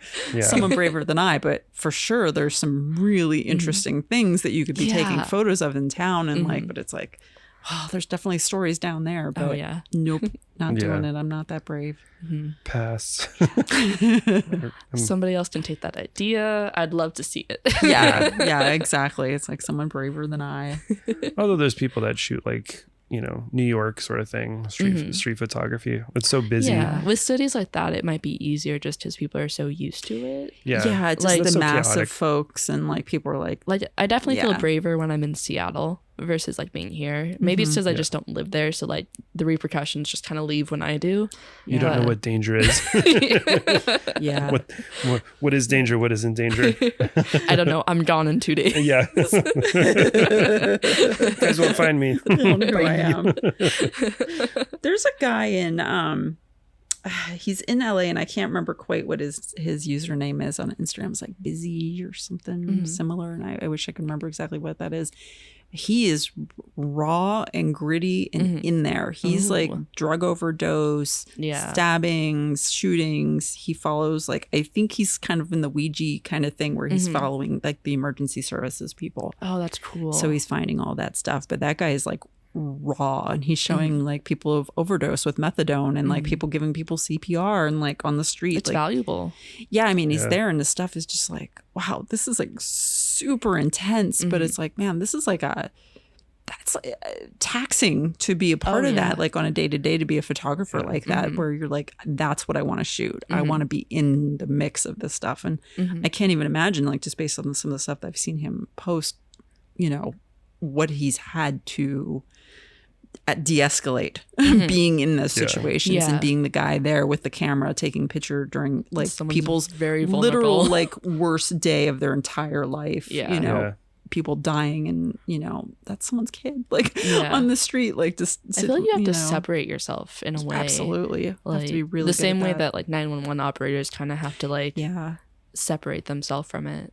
yeah they become kind of numb to that. Oh, for sure. There was a photographer that we saw, Angus. Was it not Angus? Bruce. Was it Bruce? I don't know. In New York when we went to Photographica. Yeah, Bruce Gillian, Bruce Gillian. Yeah, or yeah, are we saying that right? Gillian. something like that. Yeah, his work was super intense, like Yeah, really up gritty. close, gritty, flash, like you could see, every flaw in everybody. Oh, is it like the portraits of people? Yeah. Oh, They're I've like- seen Yeah. those. Those are intense. Yeah, it's like different. I'm like, I don't know how. Like, it felt a little bit. So like somewhat inappropriate. Like, are you helping these people in some way? There was a photographer similar to that. There was a whole situation in like the drag race world where there was a Gildan. photographer similar to that taking portraits of all these RuPaul drag queens. And the whole thing about drag is like it's supposed to be in low light, specific, like to make Yeah. it look presentable. But it was like full daylight flash photography of these very famous drag queens where you could see every line and every blend, and like it was very intense. Oh Yeah, yeah. so like Gildan is his last name. Gildan. Gildan, Okay. Bruce Gildan, because we saw that at Photographica in New York. And if you're in New York or going to New York soon, I think it's up for a while. But his work, and then they also had Vivian Mayer unseen work there, which yeah. was So two good. floors worth of work that had never been shown before of hers. Nice. And she's in the same vein where she was street. She was just like, you know, he's still alive. He's still doing work. His is a little more modern. Hers is like older. She was of a different time. So it was like the things that she saw, the world was just kind of a grittier place, just as a general speaking. Like Yeah. things were just a little grittier. But People for weren't her, used to cameras. they weren't used to Like, street cameras. photography wasn't a thing. It wasn't a thing. And people didn't have phones, and people see cameras now. It's a whole different reaction. So then it was more of a novelty. And then she was shooting on TLRs. I think that was So kind of the beauty of it though, because it was a lot more subtle with that kind of like Much more subtle. to the chest. And I Yeah. think she probably went into it and probably was, you know, she got into stuff where and seen things that it was just kind of crazy. But you got to think of back in the time, it was a woman and she was, you know, a TLR. So it was sort of subtle. I think she Yeah. was able to like kind of get herself into stuff so much easier that way. Undetectable almost. Yeah, nowadays it's like everybody sees a camera and they're just like, oh, I know what you're doing. You know, like it's because everybody, I mean, really everyone's a photographer now with the invention, the phones. I mean, phones are better than a lot of digital cameras used to be. So it's kind of crazy, like the reaction that people have to a camera now versus not even that long ago, honestly. Like even the 90s, like people didn't have cameras all around them, you know? It's so and like how it's impacting like children is so different. Yeah. Like it was like even from when I was a kid, like you saw a camera, you posed. But I remember one of my roommates, one of my old roommates, she lives in Indiana now. She would talk about her niece and how her niece would like, she would sit down and she would pose and she'd go cheese. And then it was her asking her mom to take a picture of her. And so Oh, they're man. so different. Yeah, and everybody's so documented. Like I have one picture of myself as a baby. Like, and this was in the 70s. So it just wasn't as popular. I'm sure some people it was, but for my family who was like very low income, like we didn't have cameras. It wasn't like a thing. And there was very little documentation that actually happened of our lives. Yeah. You know, and even going through like as a young adult, there was very, very little of that. And now everything is documented. So it's so hard to like pull that out into something like the work you're doing even. You know, it's like, okay, this is something that's happening. And even though it's, you know, you're setting it up, it's so hard to do that in a world where everything is documented. Literally everything is documented. Some people you can watch every single day of their lives through their Instagram feed because they're showing you everything they're doing, you know, via photo and video. So it's so interesting to see how photography to stand out in certain ways is like, it's that like harder. It's the century-old decade of when is a photo art. Like that conversation has never died. It's only changed. Yeah. And like as you guys probably know, that's like how cyanotypes got developed because they were like, oh, it's this thing, but it's blue, so it's artistic and it's different. And I think that might be why I approach photography the way I do, where it's like, no, it's a photo, but you see, it's so staged. There's so many decisions that go into this image that it feels more artistic to me to make those decisions rather than hope for the best. Yeah, exactly. Yeah, it's like kind of the defining line there. Yeah. I think most of the stuff that I shoot, it's hard to do anything candid. Like, I don't know. I've always appreciated candid because it's like, you know, completely on stage. It's emotional, that sort of thing. But I don't know. I'm just so picky with light. I'm like, but it's got to be right. Like it can't be, it's got to be enough detail here. I want it to, you know, want to make it look right. So most of the stuff I do is like portrait, or at least that's what I've done in the past. Yeah, has been you're very portrait. particular. Like Dan goes out with a camera and he doesn't take many photos at all when he has it. And I think it's because you're just, you want it to be like you won't take it if you don't think it's a perfect shot. Whereas a lot of people will just spray and pray, and like you pick out what ended up actually working, but you do the other, you spray and pray in your head. Yeah. And then you're like, you pick out what you like, and you're like, oh, okay, I'll take a picture of that because I think that's what I want. Like, versus just doing it. We went to New York not too long ago, and I didn't shoot anything in New York. I didn't shoot anything in Pleasant Gap. It wasn't until I got to Pittsburgh that I actually broke out my film camera. Yep. And when I shot, I was just like, I kind of shot through the whole thing. I was like, this is grungy. This is, you know, I was like, all right, I'm cool with this. And then I didn't like any of the ones that came out. You shot like 2 rolls of film that whole trip. Yeah. I was like, I did pretty good. It was a week trip, and I only took 16 120 rolls. So that's actually, I mean, Oh, wow. It's good for relatively speaking, for a week, like wasn't too bad. But I went on that trip intentionally wanting to shoot, and I had things in mind that I had wanted to shoot. So Yeah. I think I was more in shock from trying to get back to the hotel room and not crash the car. In Pittsburgh. Yeah. Pittsburgh's a little different for driving. For driving, yeah. Dan's like not used to that. Well, a lot of East Coast is different, but Pittsburgh is like, if no one's been to Pittsburgh, if you haven't been there, driving in Pittsburgh is sort of an adventure. It's like, think of the hills of San Francisco. Oh, no. But then all these roads that are intersect, and you don't get like, here you get the luxury of like, you know, when you get onto the highway, you have like this super long lane that like gets you on there. You don't get that in Pennsylvania. You just have to be on the road like immediately. I think about moving out of state sometimes, and I'm like, oh, the grid system. How am I going to do that? Yeah, the grid system is a whole thing. And there it's like, we came to a couple intersections, and I drive, and Dan's my navigator whenever we go on trips. When we're here, I'm passenger princess. But when we go on trips, for whatever reason, I'm the driver. So we're on the driving, and Dan would be like trying to interpret the directions while I'm driving. And he'd be like, you got to take that exit. And I'm like, I'm 15 lanes of this side. I'm not getting over there in time. Yeah. But there was a couple intersections we went to. We're like, we're not sure what we're doing here. And then we swapped, and then it was the same thing. But Dan tried to go down the wrong side of the road on a highway, which was really scary for a moment. And he went over the actual like divider too, to go over there. I didn't go over it. I was aiming for it. We were on it. I was like, oh, there's a median there. I will say the lighting was terrible because I couldn't see the shadows. So I was That's like, actually on them. yeah, So. totally on them. Yeah. I was looking for the arrows on the ground, and then I finally saw them. I was like, oh, that's going the other way. The wrong way. And I was just screaming. I'm like, you're not driving anymore. Yeah. Not happening. So yes, Dan's blaming the lack of photography on. Yes. He was too busy, stressed out, being the navigator in the car. No, I don't know. I guess portraits are really fun. I like staging stuff. I think, you know, coming up with a concept and then like trying to portray it, and like, I guess being accountable for all aspects of the shot, you know? So, you know, when you go to present it, you can actually have a story behind it that you added to it, you know. It's really fun to layer things as well. Like when I was still shooting digital for a while, one of my early projects, I was like, I know what I'm gonna do. I'm gonna stage a car crash.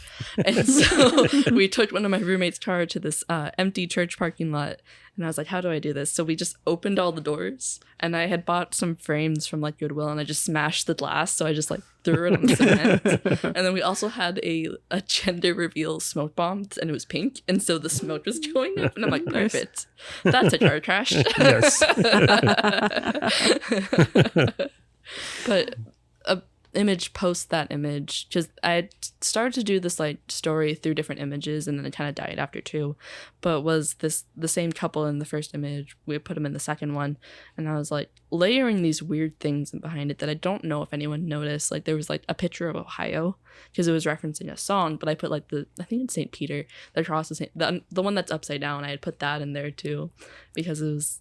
There's a line in the song that goes Satanic Ohio. And I was like, perfect. And I put that there, and I had like the flowers, but I had them upside down. And like the point of the photo was you look at it and you see, I like creating photos that the longer you look at it, the more you find. Yeah. And so like, again, with the car crash one, you see this couple, the goal of the photo was you see this couple, they look like they're getting married. You look longer, you realize the bride doesn't have a shoe on. Her hair is kind of messed up. It looks like something went awry.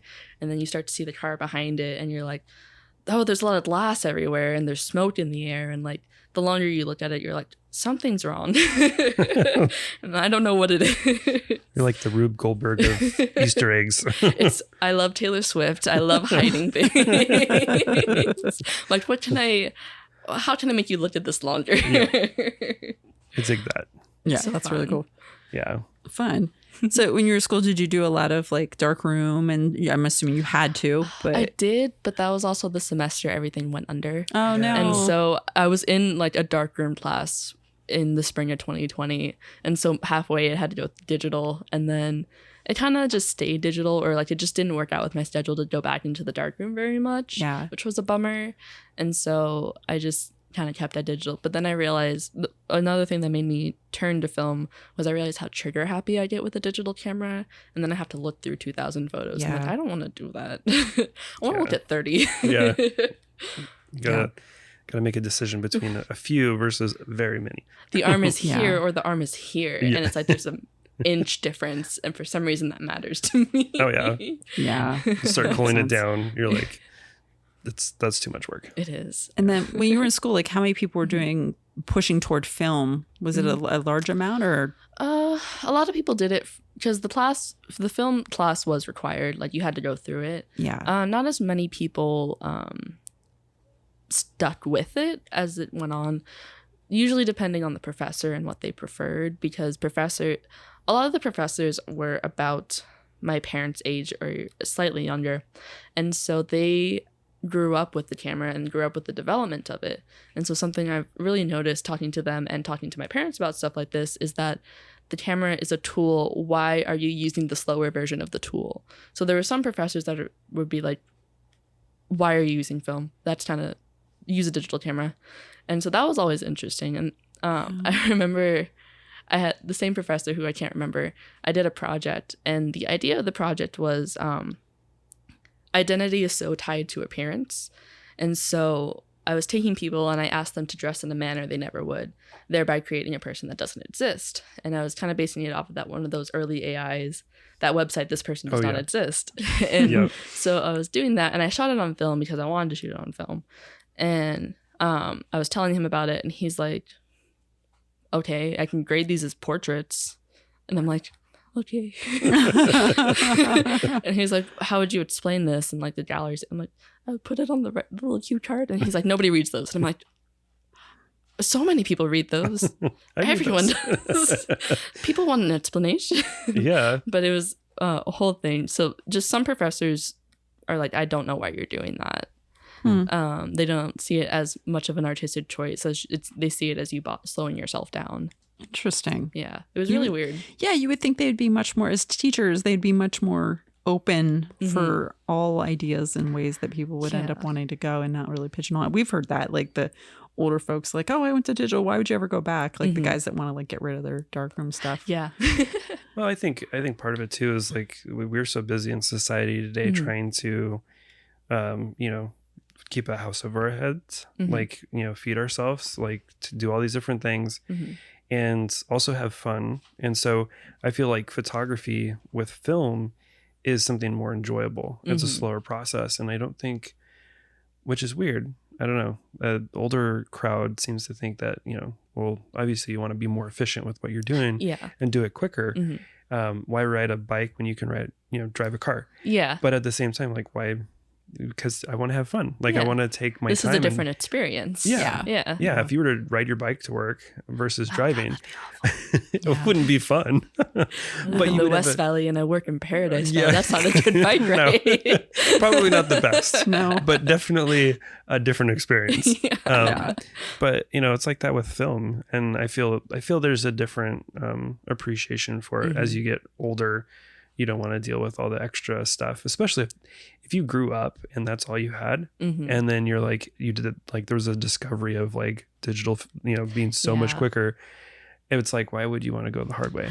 But Yeah. Well, I think a it's lot like the of aesthetic, photographers are about the end product, and a lot of film photographers are about the process. yeah, And it's like getting there.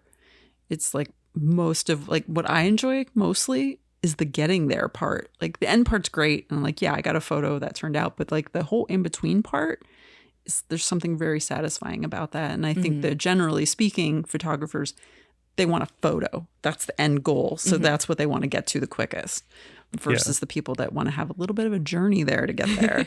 I mean, in a sense, you kind of look at it that way, because when you shoot with a digital camera, the only response that you get with that is the experience that you have shooting it on set, which is, you know, different than what your result's going to be. And when you're developing or like shooting film, it's a little bit more tangible, and you have the weight, and there's not as many shots, and it's, I don't know, it's just There's a different. lot more money on the line. Yeah. Yes, basically. Yeah. If you weren't into the process, you would definitely be doing digital. Like, Yeah. Like, you and have to appreciate it because you're forced to do it. Yeah. I just recently got a digital camera. And it's so much easier to shoot something and then see what it is that you got and have that interpretation.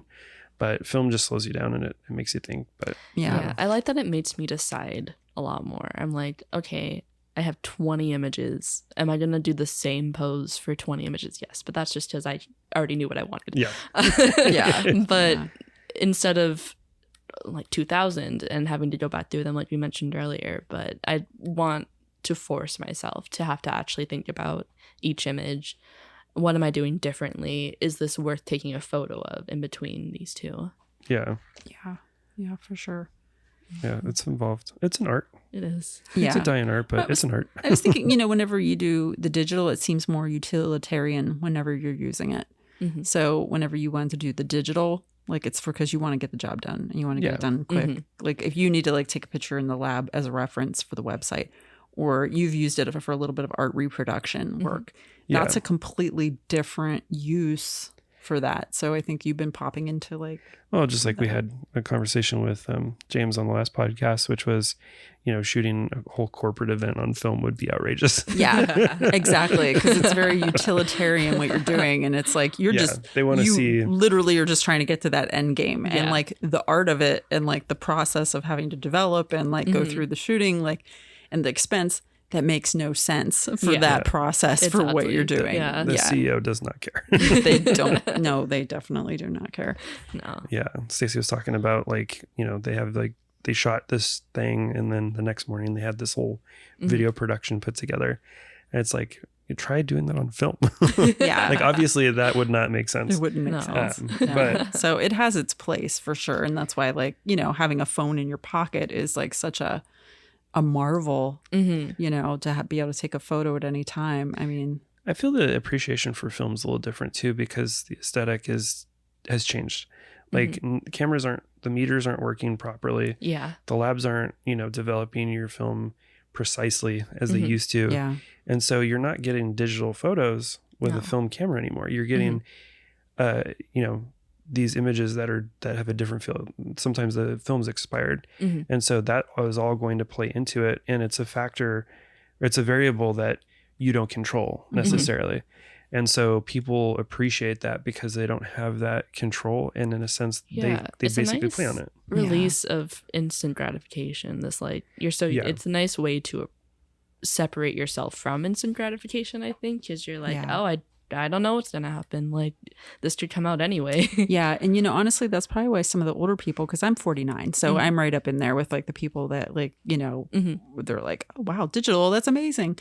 Back when film was around originally, it always pretty much looked good. You didn't really have this whole expired film. And when you went to a lab, the labs knew what they were doing. The labs were dialed in. Like your film looked good unless you like put your finger in front of like the lens, all the variables that we have now with film really weren't a thing. So I don't think people look at it quite the same because the lens that they're looking through it isn't the same as what the kids now are seeing it as, because the cameras were new. They worked good. You didn't have the light meters that sucked. They didn't have vibes back then. They really didn't have the vibes at all. Business only. But it was very much it was a very, it almost had that utilitarian, like everything kind of came out the way it came out. And unless you were specifically an artist, people weren't carrying around like, Mamiyas and stuff as a regular person, the Pentax 6.7s. That wasn't a regular person camera. Oh, God, like no. that stuff wasn't, now kids like even casual photos, kids have like these crazy cameras that Yeah. would never back in the day be used by a casual photo person. Like Yeah. it's just not a thing. 4x5 street photography. Yeah, exactly.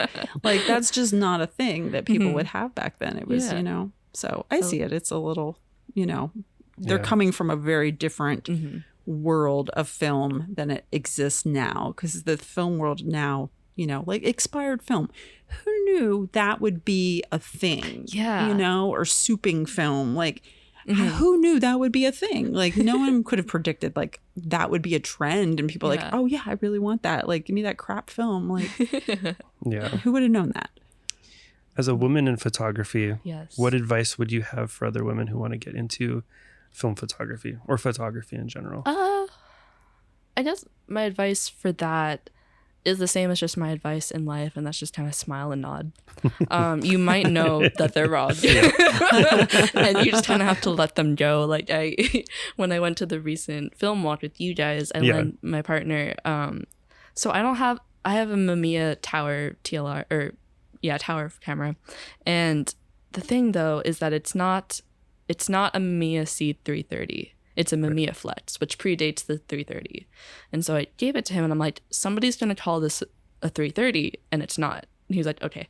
And then somebody did. And he was like, oh, you were serious? I'm like, yeah, I know. It just happens a lot. And so just kind of smiling and nodding and knowing when to speak up versus when to not. Yeah. And really just I don't want to say know your place, but knowing when when it would benefit you to say something versus not. Yeah. I think has helped me a lot, especially in like exhibition spaces. And, you know, sometimes you do deal with artists who have a bit more of an ego than you do. And you just kind of have to be like, okay, like, I think that was a bit more in school and like with the power dynamic of professors and be like, okay, I'm going to wipe my mind after this conversation ends, but sounds good to me. And just having like a confidence about you is always going to help you no matter where you go, what you do. Knowing that your work is going to get you further than anything else. Like, I think while that is true for everybody, I think it's especially true for women photographers because there's this extra layer of defense that you kind of have to have going into any space. Yeah. And knowing that you know what you're talking about. Have you been mansplained? There's a certain camera store in the valley that I'm just not a fan of. And I won't name them, but I will say it's not Tempe Camera because I love them.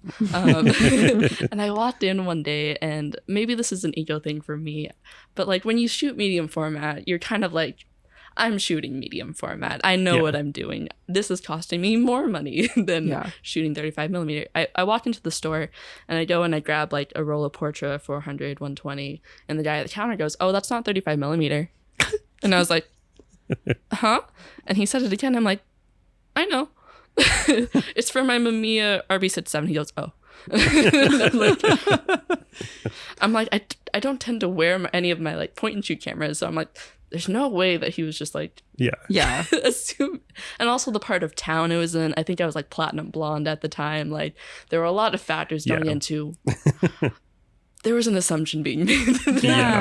That's such a bold statement to make. Be like, especially for customer service. Yeah. Like if you think that a customer is making a mistake, you wait till they get to the register and you be like, oh, what are you shooting on? Yeah, like, exactly. You could course correct there, but that was just kind of like you're wrong. Yeah. From the moment like you're grabbing something off the shelf. I've been in the store 30 seconds. It's like, come on. Like they just assume like you're shooting like a point and shoot 35 like right from the jump. I was like, oh no. Yeah.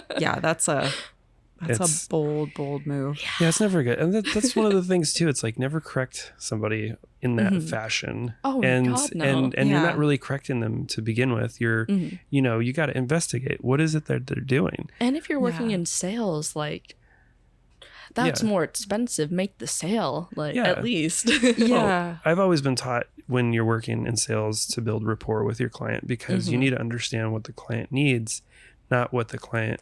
Well, you can't make any assumptions for the client. Oh yeah, that was the first time I walked into that store, and I did not go back. Although I will say I love Tempe Camera, but whenever somebody goes there to buy slide film, they always mention, that slide film, and like it just makes me giggle because there's there's a lot of people who buy slide film and they don't really realize it. We've shown it in our workshops and we're like, slide film's something different. But, But anyways, yeah. They feel like the need to say it because they're like, but that's like such a bold assumption so to like, bold. 35. Like they're profiling you the moment you come in the door to be like, oh, you don't know what you're doing. You automatically shoot this, which that's a very like bro thing to say. Like, because if you were a guy coming in and you immediately went to the film that you knew you needed and grabbed it, there's no way in hell they would have said it. Yeah. Not at all. Oh my God. It was so, oh my God. And it's the same thing in a similar, I don't know if not like on a gender basis, but I think there's a really interesting dynamic between, maybe it goes back to like the gatekeeping of it all, where it drives me bonkers that somebody would charge $200 for a point and shoot camera, let alone $500. Yeah. I'm like, I got both of my Olympus point and shoot cameras. I have a Trip Autofocus 50 and a stylus. I got them for $5 at a Goodwill. Why are you charging the same price as my Mamiya for a point and shoot? It's kind of crazy. Camera gear is weird. It is. Well, they're marketing a lot of, and we see it in certain shops and stuff, like they're marketing to a crowd that doesn't know any better. And they're talking them into it.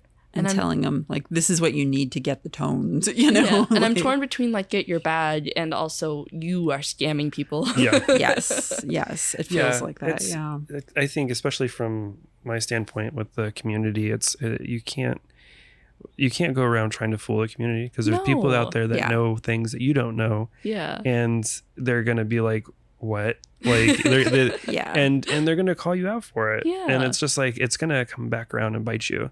And you, as a person who is selling a service or a product related to something you should be an expert in or have a very broad understanding of, you can't go around doing that. No. It's just not. So silly.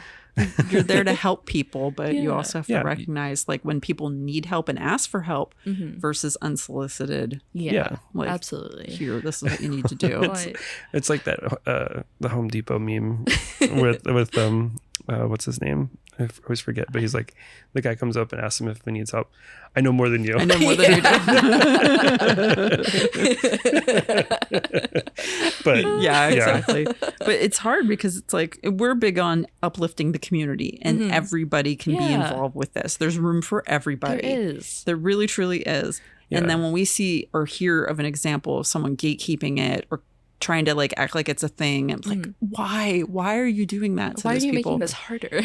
Like we've seen it a lot, like in the lab, people will come in for the shooting on film workshop and they'll have a crazy expensive camera and they've never shot film ever.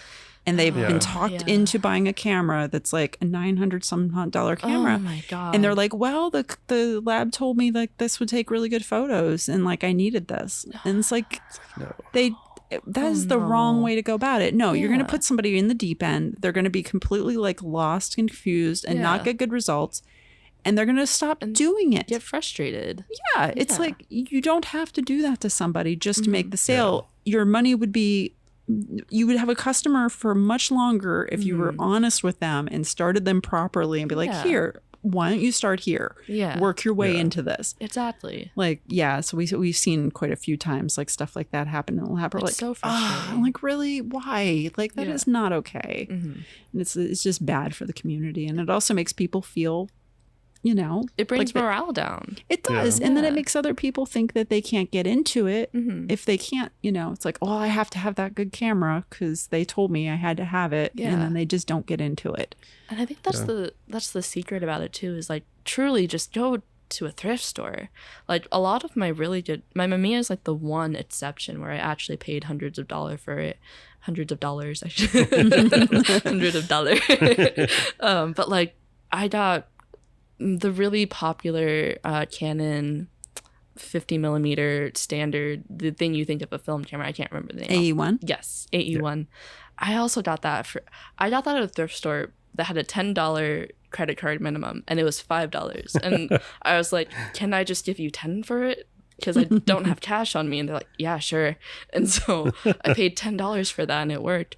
And then recently, granted, this next one is like the store of a lifetime. I don't know if it works yet, but I got a Super 8 camera at Goodwill for $25. And I was like, I grabbed it so fast. I have hope. It's a little rusty on the outside, but the film canister and the battery has no corrosion. It looks pristine. Like it was probably just left in an attic or something. Yeah. And I'm like, but just like look in the camera section. There's a lot of stuff there. There's always at least one point and shoot at every Goodwill. Yeah. Yeah, you can find stuff. I had that. My Pentax 6.7, I got it in an antique store, and it was what did I pay for that? $150 for that, which is, it didn't have a lens, but A lot more reasonable though.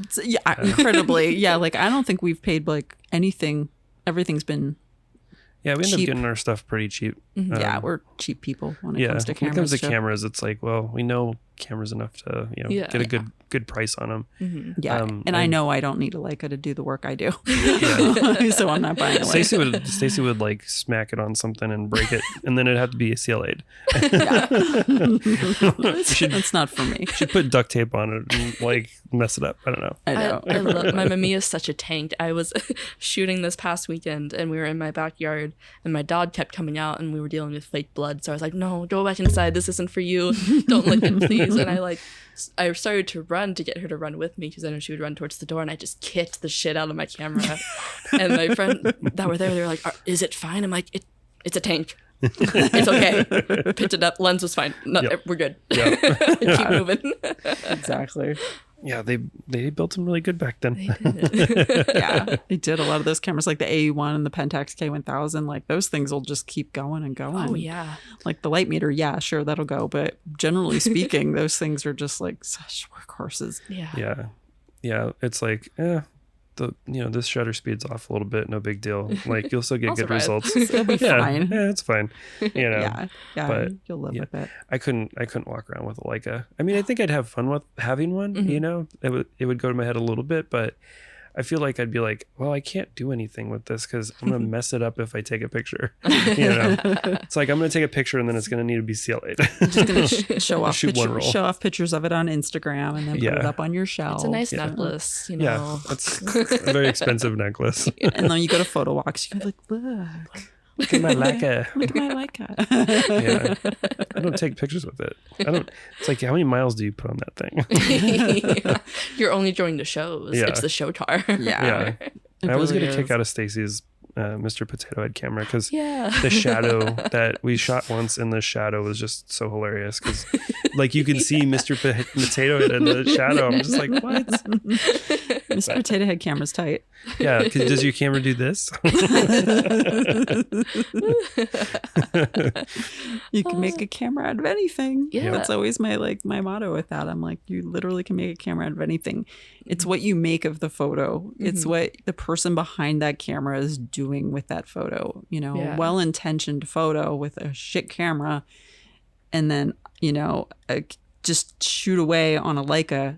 The Leica's not making the film better. It's not making your photo better if you're not like fundamentally You thinking might have about like it. a behind sharp there. photo, but Yeah. Yeah, your but composition isn't going to get improved by the camera. absolutely not. And the content's not going to get improved with Yeah. that. You're not going to become a better photographer. And the people that falsely think that people are going to think that they're a good photographer and they know what they're doing because they have one is so wrong. And it's like, come on, guys. Like, I get it when you need one because certain people, certain industries, certain things they're doing. Yeah. Absolutely. It makes sense that you have one. I would like to be so proficient with photography that would be my next step. That's where I would want to be. Yeah. Like more so than buying it and being like, it's kind of like how things have changed with like tattoos. Like people used to hide tattoos Yeah. and now tattoos, which, I have them on my arms, but not super crazy. But a lot of people have them like where they're showing them, but then they don't have anything where they're under their shirt. That's me. Yeah. Which, that's culture's changed. Yeah. but It's interesting. but like with the cameras, it's just like, do you know how to use it? Yeah. Yeah. Yeah. Yeah. Was it worth the investment? Yeah. I thought about my Mamiya for a while before I got it, and I paid $500 for it, but it came with a waist level viewfinder, which is what I wanted, and a really nice lens. And I'm like, okay. And I'd also I had won best in show, and the prize was a $200 Tempe gift card. So technically the camera was $700, and I was like, perfect. Nice. Give me the distance. This is what I want. Yeah, people get way too wrapped up in the gear part of it. There's certain people that's just what they do, though. Yeah. There's a lot of photographers out there, I'm sure, that have like more gear than photos that they've ever taken, just because like that's the thing that they're into, which is, I guess, it's valid as well. Yeah. Like there's certain people like car collectors, and like that's the thing that they like and they're into. And if it brings them joy, it brings them joy. Yeah, and they get into that. We talk about the guy that one of Dan's coworkers, her father, she's older, and her father is much older, and he has dementia, and like, you know, he can't use the stuff, and they're moving him out of his house, and he collected photography stuff, and he collected cameras specifically, but we don't think he shot any of them.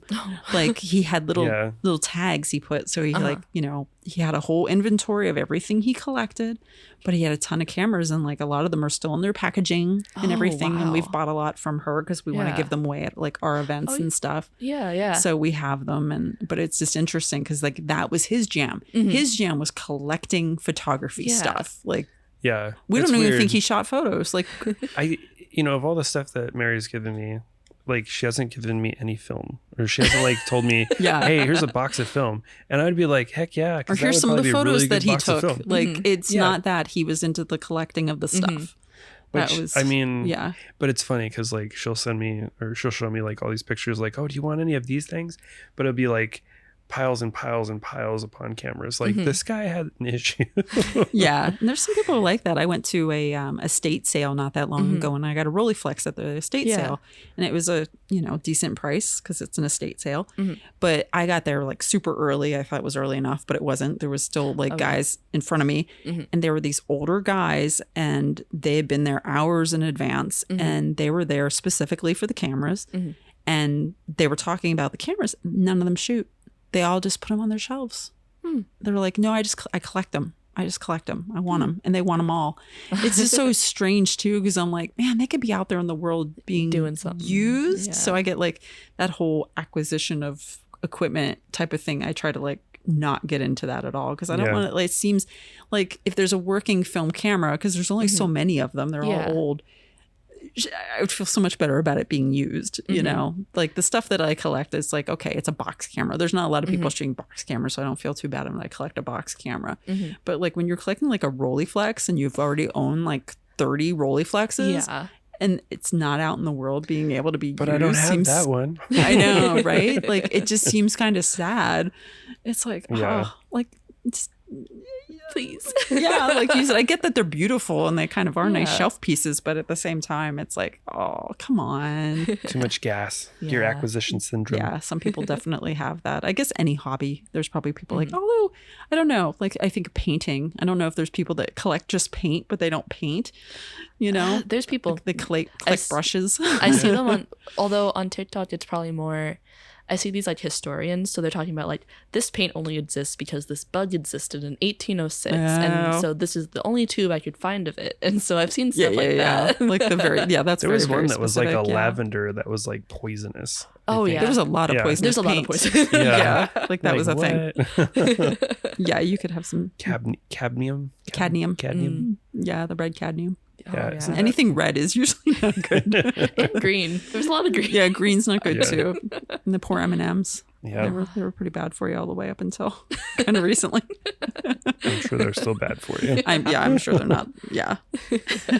Speaking of cameras, is there any particular one that you have that you like to shoot with mostly? I mostly shoot on my Mamiya RB67. I love her. She's my little baby. It's so heavy. And there's something about that I really like. I took her to a house show one time though, and that was a bad idea. It's like this punk house show. I'm standing there like this, trying to point the camera. I only have 800 speed, so I'm like, this is gonna be blurry no matter what. Well, at the time, I was dating one of the people who like lived in the house, so like in between sets, I was going back to his room, and I was like, changing the film out of the piece of the crowd. But I was like, I wouldn't do that again. But I love that camera so much I love the 6:7 ratio. I love the way the light comes in. I love the waist level viewfinder. No matter how ridiculous I look trying to get like sometimes I get ambitious and I'm like, oh, I want to shoot down. And I'm like, how do I shoot down with a waist level viewfinder? Like really standing over it, trying to figure it out. Yeah. But that's my favorite camera. And then behind that is my point and shoot, the Olympus Trip autofocus. Nice. It's so compact. It came with a neck string. It's so easy to just whip it out and take a picture real quick. Has flash, the whole nine works. I'm like, Yeah. I love you. Yes. It's a Those good are my mix. favorites. You got the heavy one and you got the easy one. Yeah. Just like Whatever you need. Yeah.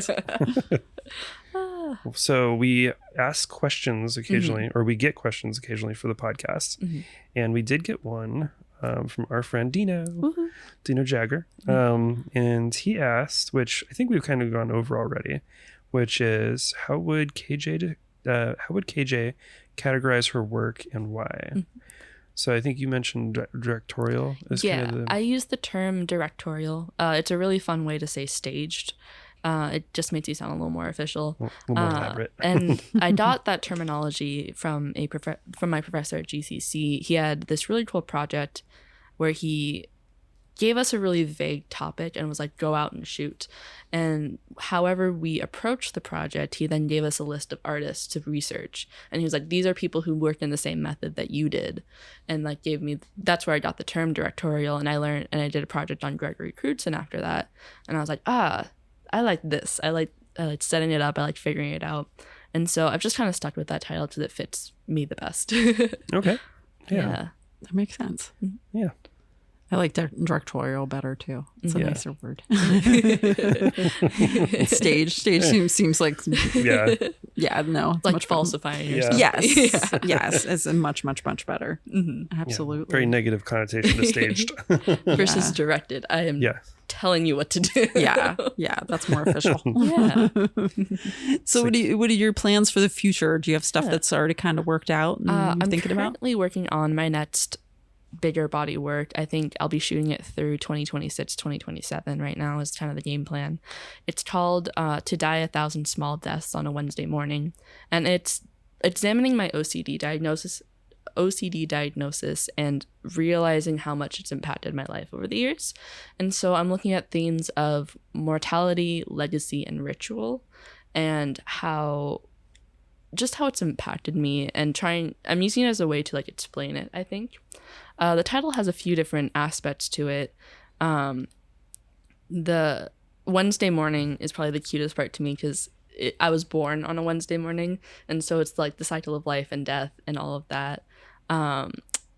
The 1,000 deaths, I won't elaborate, but I will say look it up. Okay. Because it's a euphemism for something else, which goes into like, again, the highs and lows of life. Yeah. And I think it just kind of ties in how intrusive thoughts work, how you can go from such a high to such a low. And I've been figuring out also how my religious upbringing has affected that. And so I'm looking into, which emphasizes the ritual aspect of it, is did I develop these rituals because of this thing that I was a part of for a long time, and how does that still affect me today? Like I've only recently realized I did therapy for about 2 years, and she was like, you fit the diagnosis for OCD. And I'm like, oh, okay. And it made me really reflect on how I approached life and the things that just I do that are kind of ridiculous outside of that lens, but make so much sense in my head. Like I have to flip my toothbrush 3 times and catch it before I brush my teeth. Don't know why, but if I don't, I'm afraid something's gonna happen to me. And so I've just really exploring how that works. Like I did a project with my friend JC called The Rapture, and I was like, what if you woke up and everyone was gone? What if they were right? And so like we had her like, the most successful image was her like laying in bed and there's just an empty shirt next to her, but we were like setting clothes in the kitchen, like somebody just evaporated while they were opening the fridge, and seeing like what would that look like if that was the case. There was another the one that by the time this comes out the image will be out, the intrusive thought of when things are going too good, something really catastrophic is going to happen. And so I had my friend, I put her in this prom dress. I doused her in blood like a Carrie moment. And then she was holding this like fake seagull. And so it was talking about like the highs and lows and how you can't get this really good thing without something really bad happening to you, and playing on that idea. So I'm exploring that a bit more, seeing where it goes. I have a few more ideas. I have a whole list actually in my notes app, and it's usually like some sort of word or phrase. I'm like, I don't know what this means, but it'll mean something. Yeah. And so Nice. yeah. Well, I like how thought out your projects are. Thank you. Yeah, absolutely. It's a lot of thought behind it. Yeah. There's Yeah. a lot of time to think. Yeah. as you're like, those 2 weeks where I'm building things, I'm like, okay, why is this relevant? But like at first I didn't know why I wanted the birds. I was like, I just Yeah. need these fake birds for this. And then I thought about it as they were getting delivered. And I'm like, Yeah. okay, like birds fly and birds crash, and like Yeah. they come high and low, and that's how I can tie it into this idea. Yeah. The strings didn't work, so I ended up having to have her hold it, which was a bit different. But I was really hoping the strings would work. It adds to the story. Nice. Yeah. So good. Oh, cool. Yeah. So where would people find you when they're looking for you? Where are you all at? My personal account is Kayleen J. Herb. That's where just me as a person I'm documenting. My photography account is k.j.herb on Instagram. And then my website is also kjherb.com. Cool. Nice. Easy peasy. It's awesome that you have your website and it's like your name. I know Like, that. and That's it's why I'm like, short. maybe I shouldn't change my Yeah. when I go by, because I already have that. Yeah. Yeah. You get a lot attached to your name. It gets a little difficult. I know when I change mine, I'm like, oh God, this is like giving up my whole identity right here. Yeah. But Stacey had to sell the car back to herself. I did. I'm not even going to get into talking about Oh, that. Yeah. no. Arizona, you do better. I have 2 cars and I had to change my name. Just my last name. Yeah. Same person owns Standard. the car. Yeah. Yeah. I had to resell my cars back to myself. And it cost me like $300 both cars, like individually, to change my last name on my car. Yep. Just saying, That's Arizona, insane. you need to Yeah. do better. Ridiculous. Ridiculous. Yeah. But cool. Yeah. Well, thank you for being on the Thanks podcast. for having me. It's a very good conversation. Yeah. Thank you so much for stopping in. Yeah. I'm excited to see what you do with your photography and your Yeah, absolutely. next shows that you put together. For now, I'll be, if you want to go to the Capitol, when it's also only open 9 to 4, Monday through Friday. If anyone has some spare time. I know I don't, but It's my favorite place to be on my day off.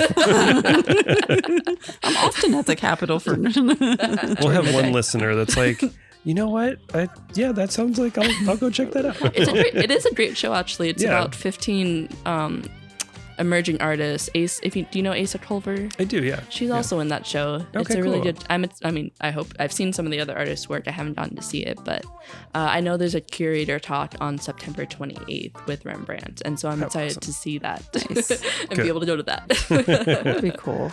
Awesome. Yeah, Cool. Very cool. Thank you for being on the podcast.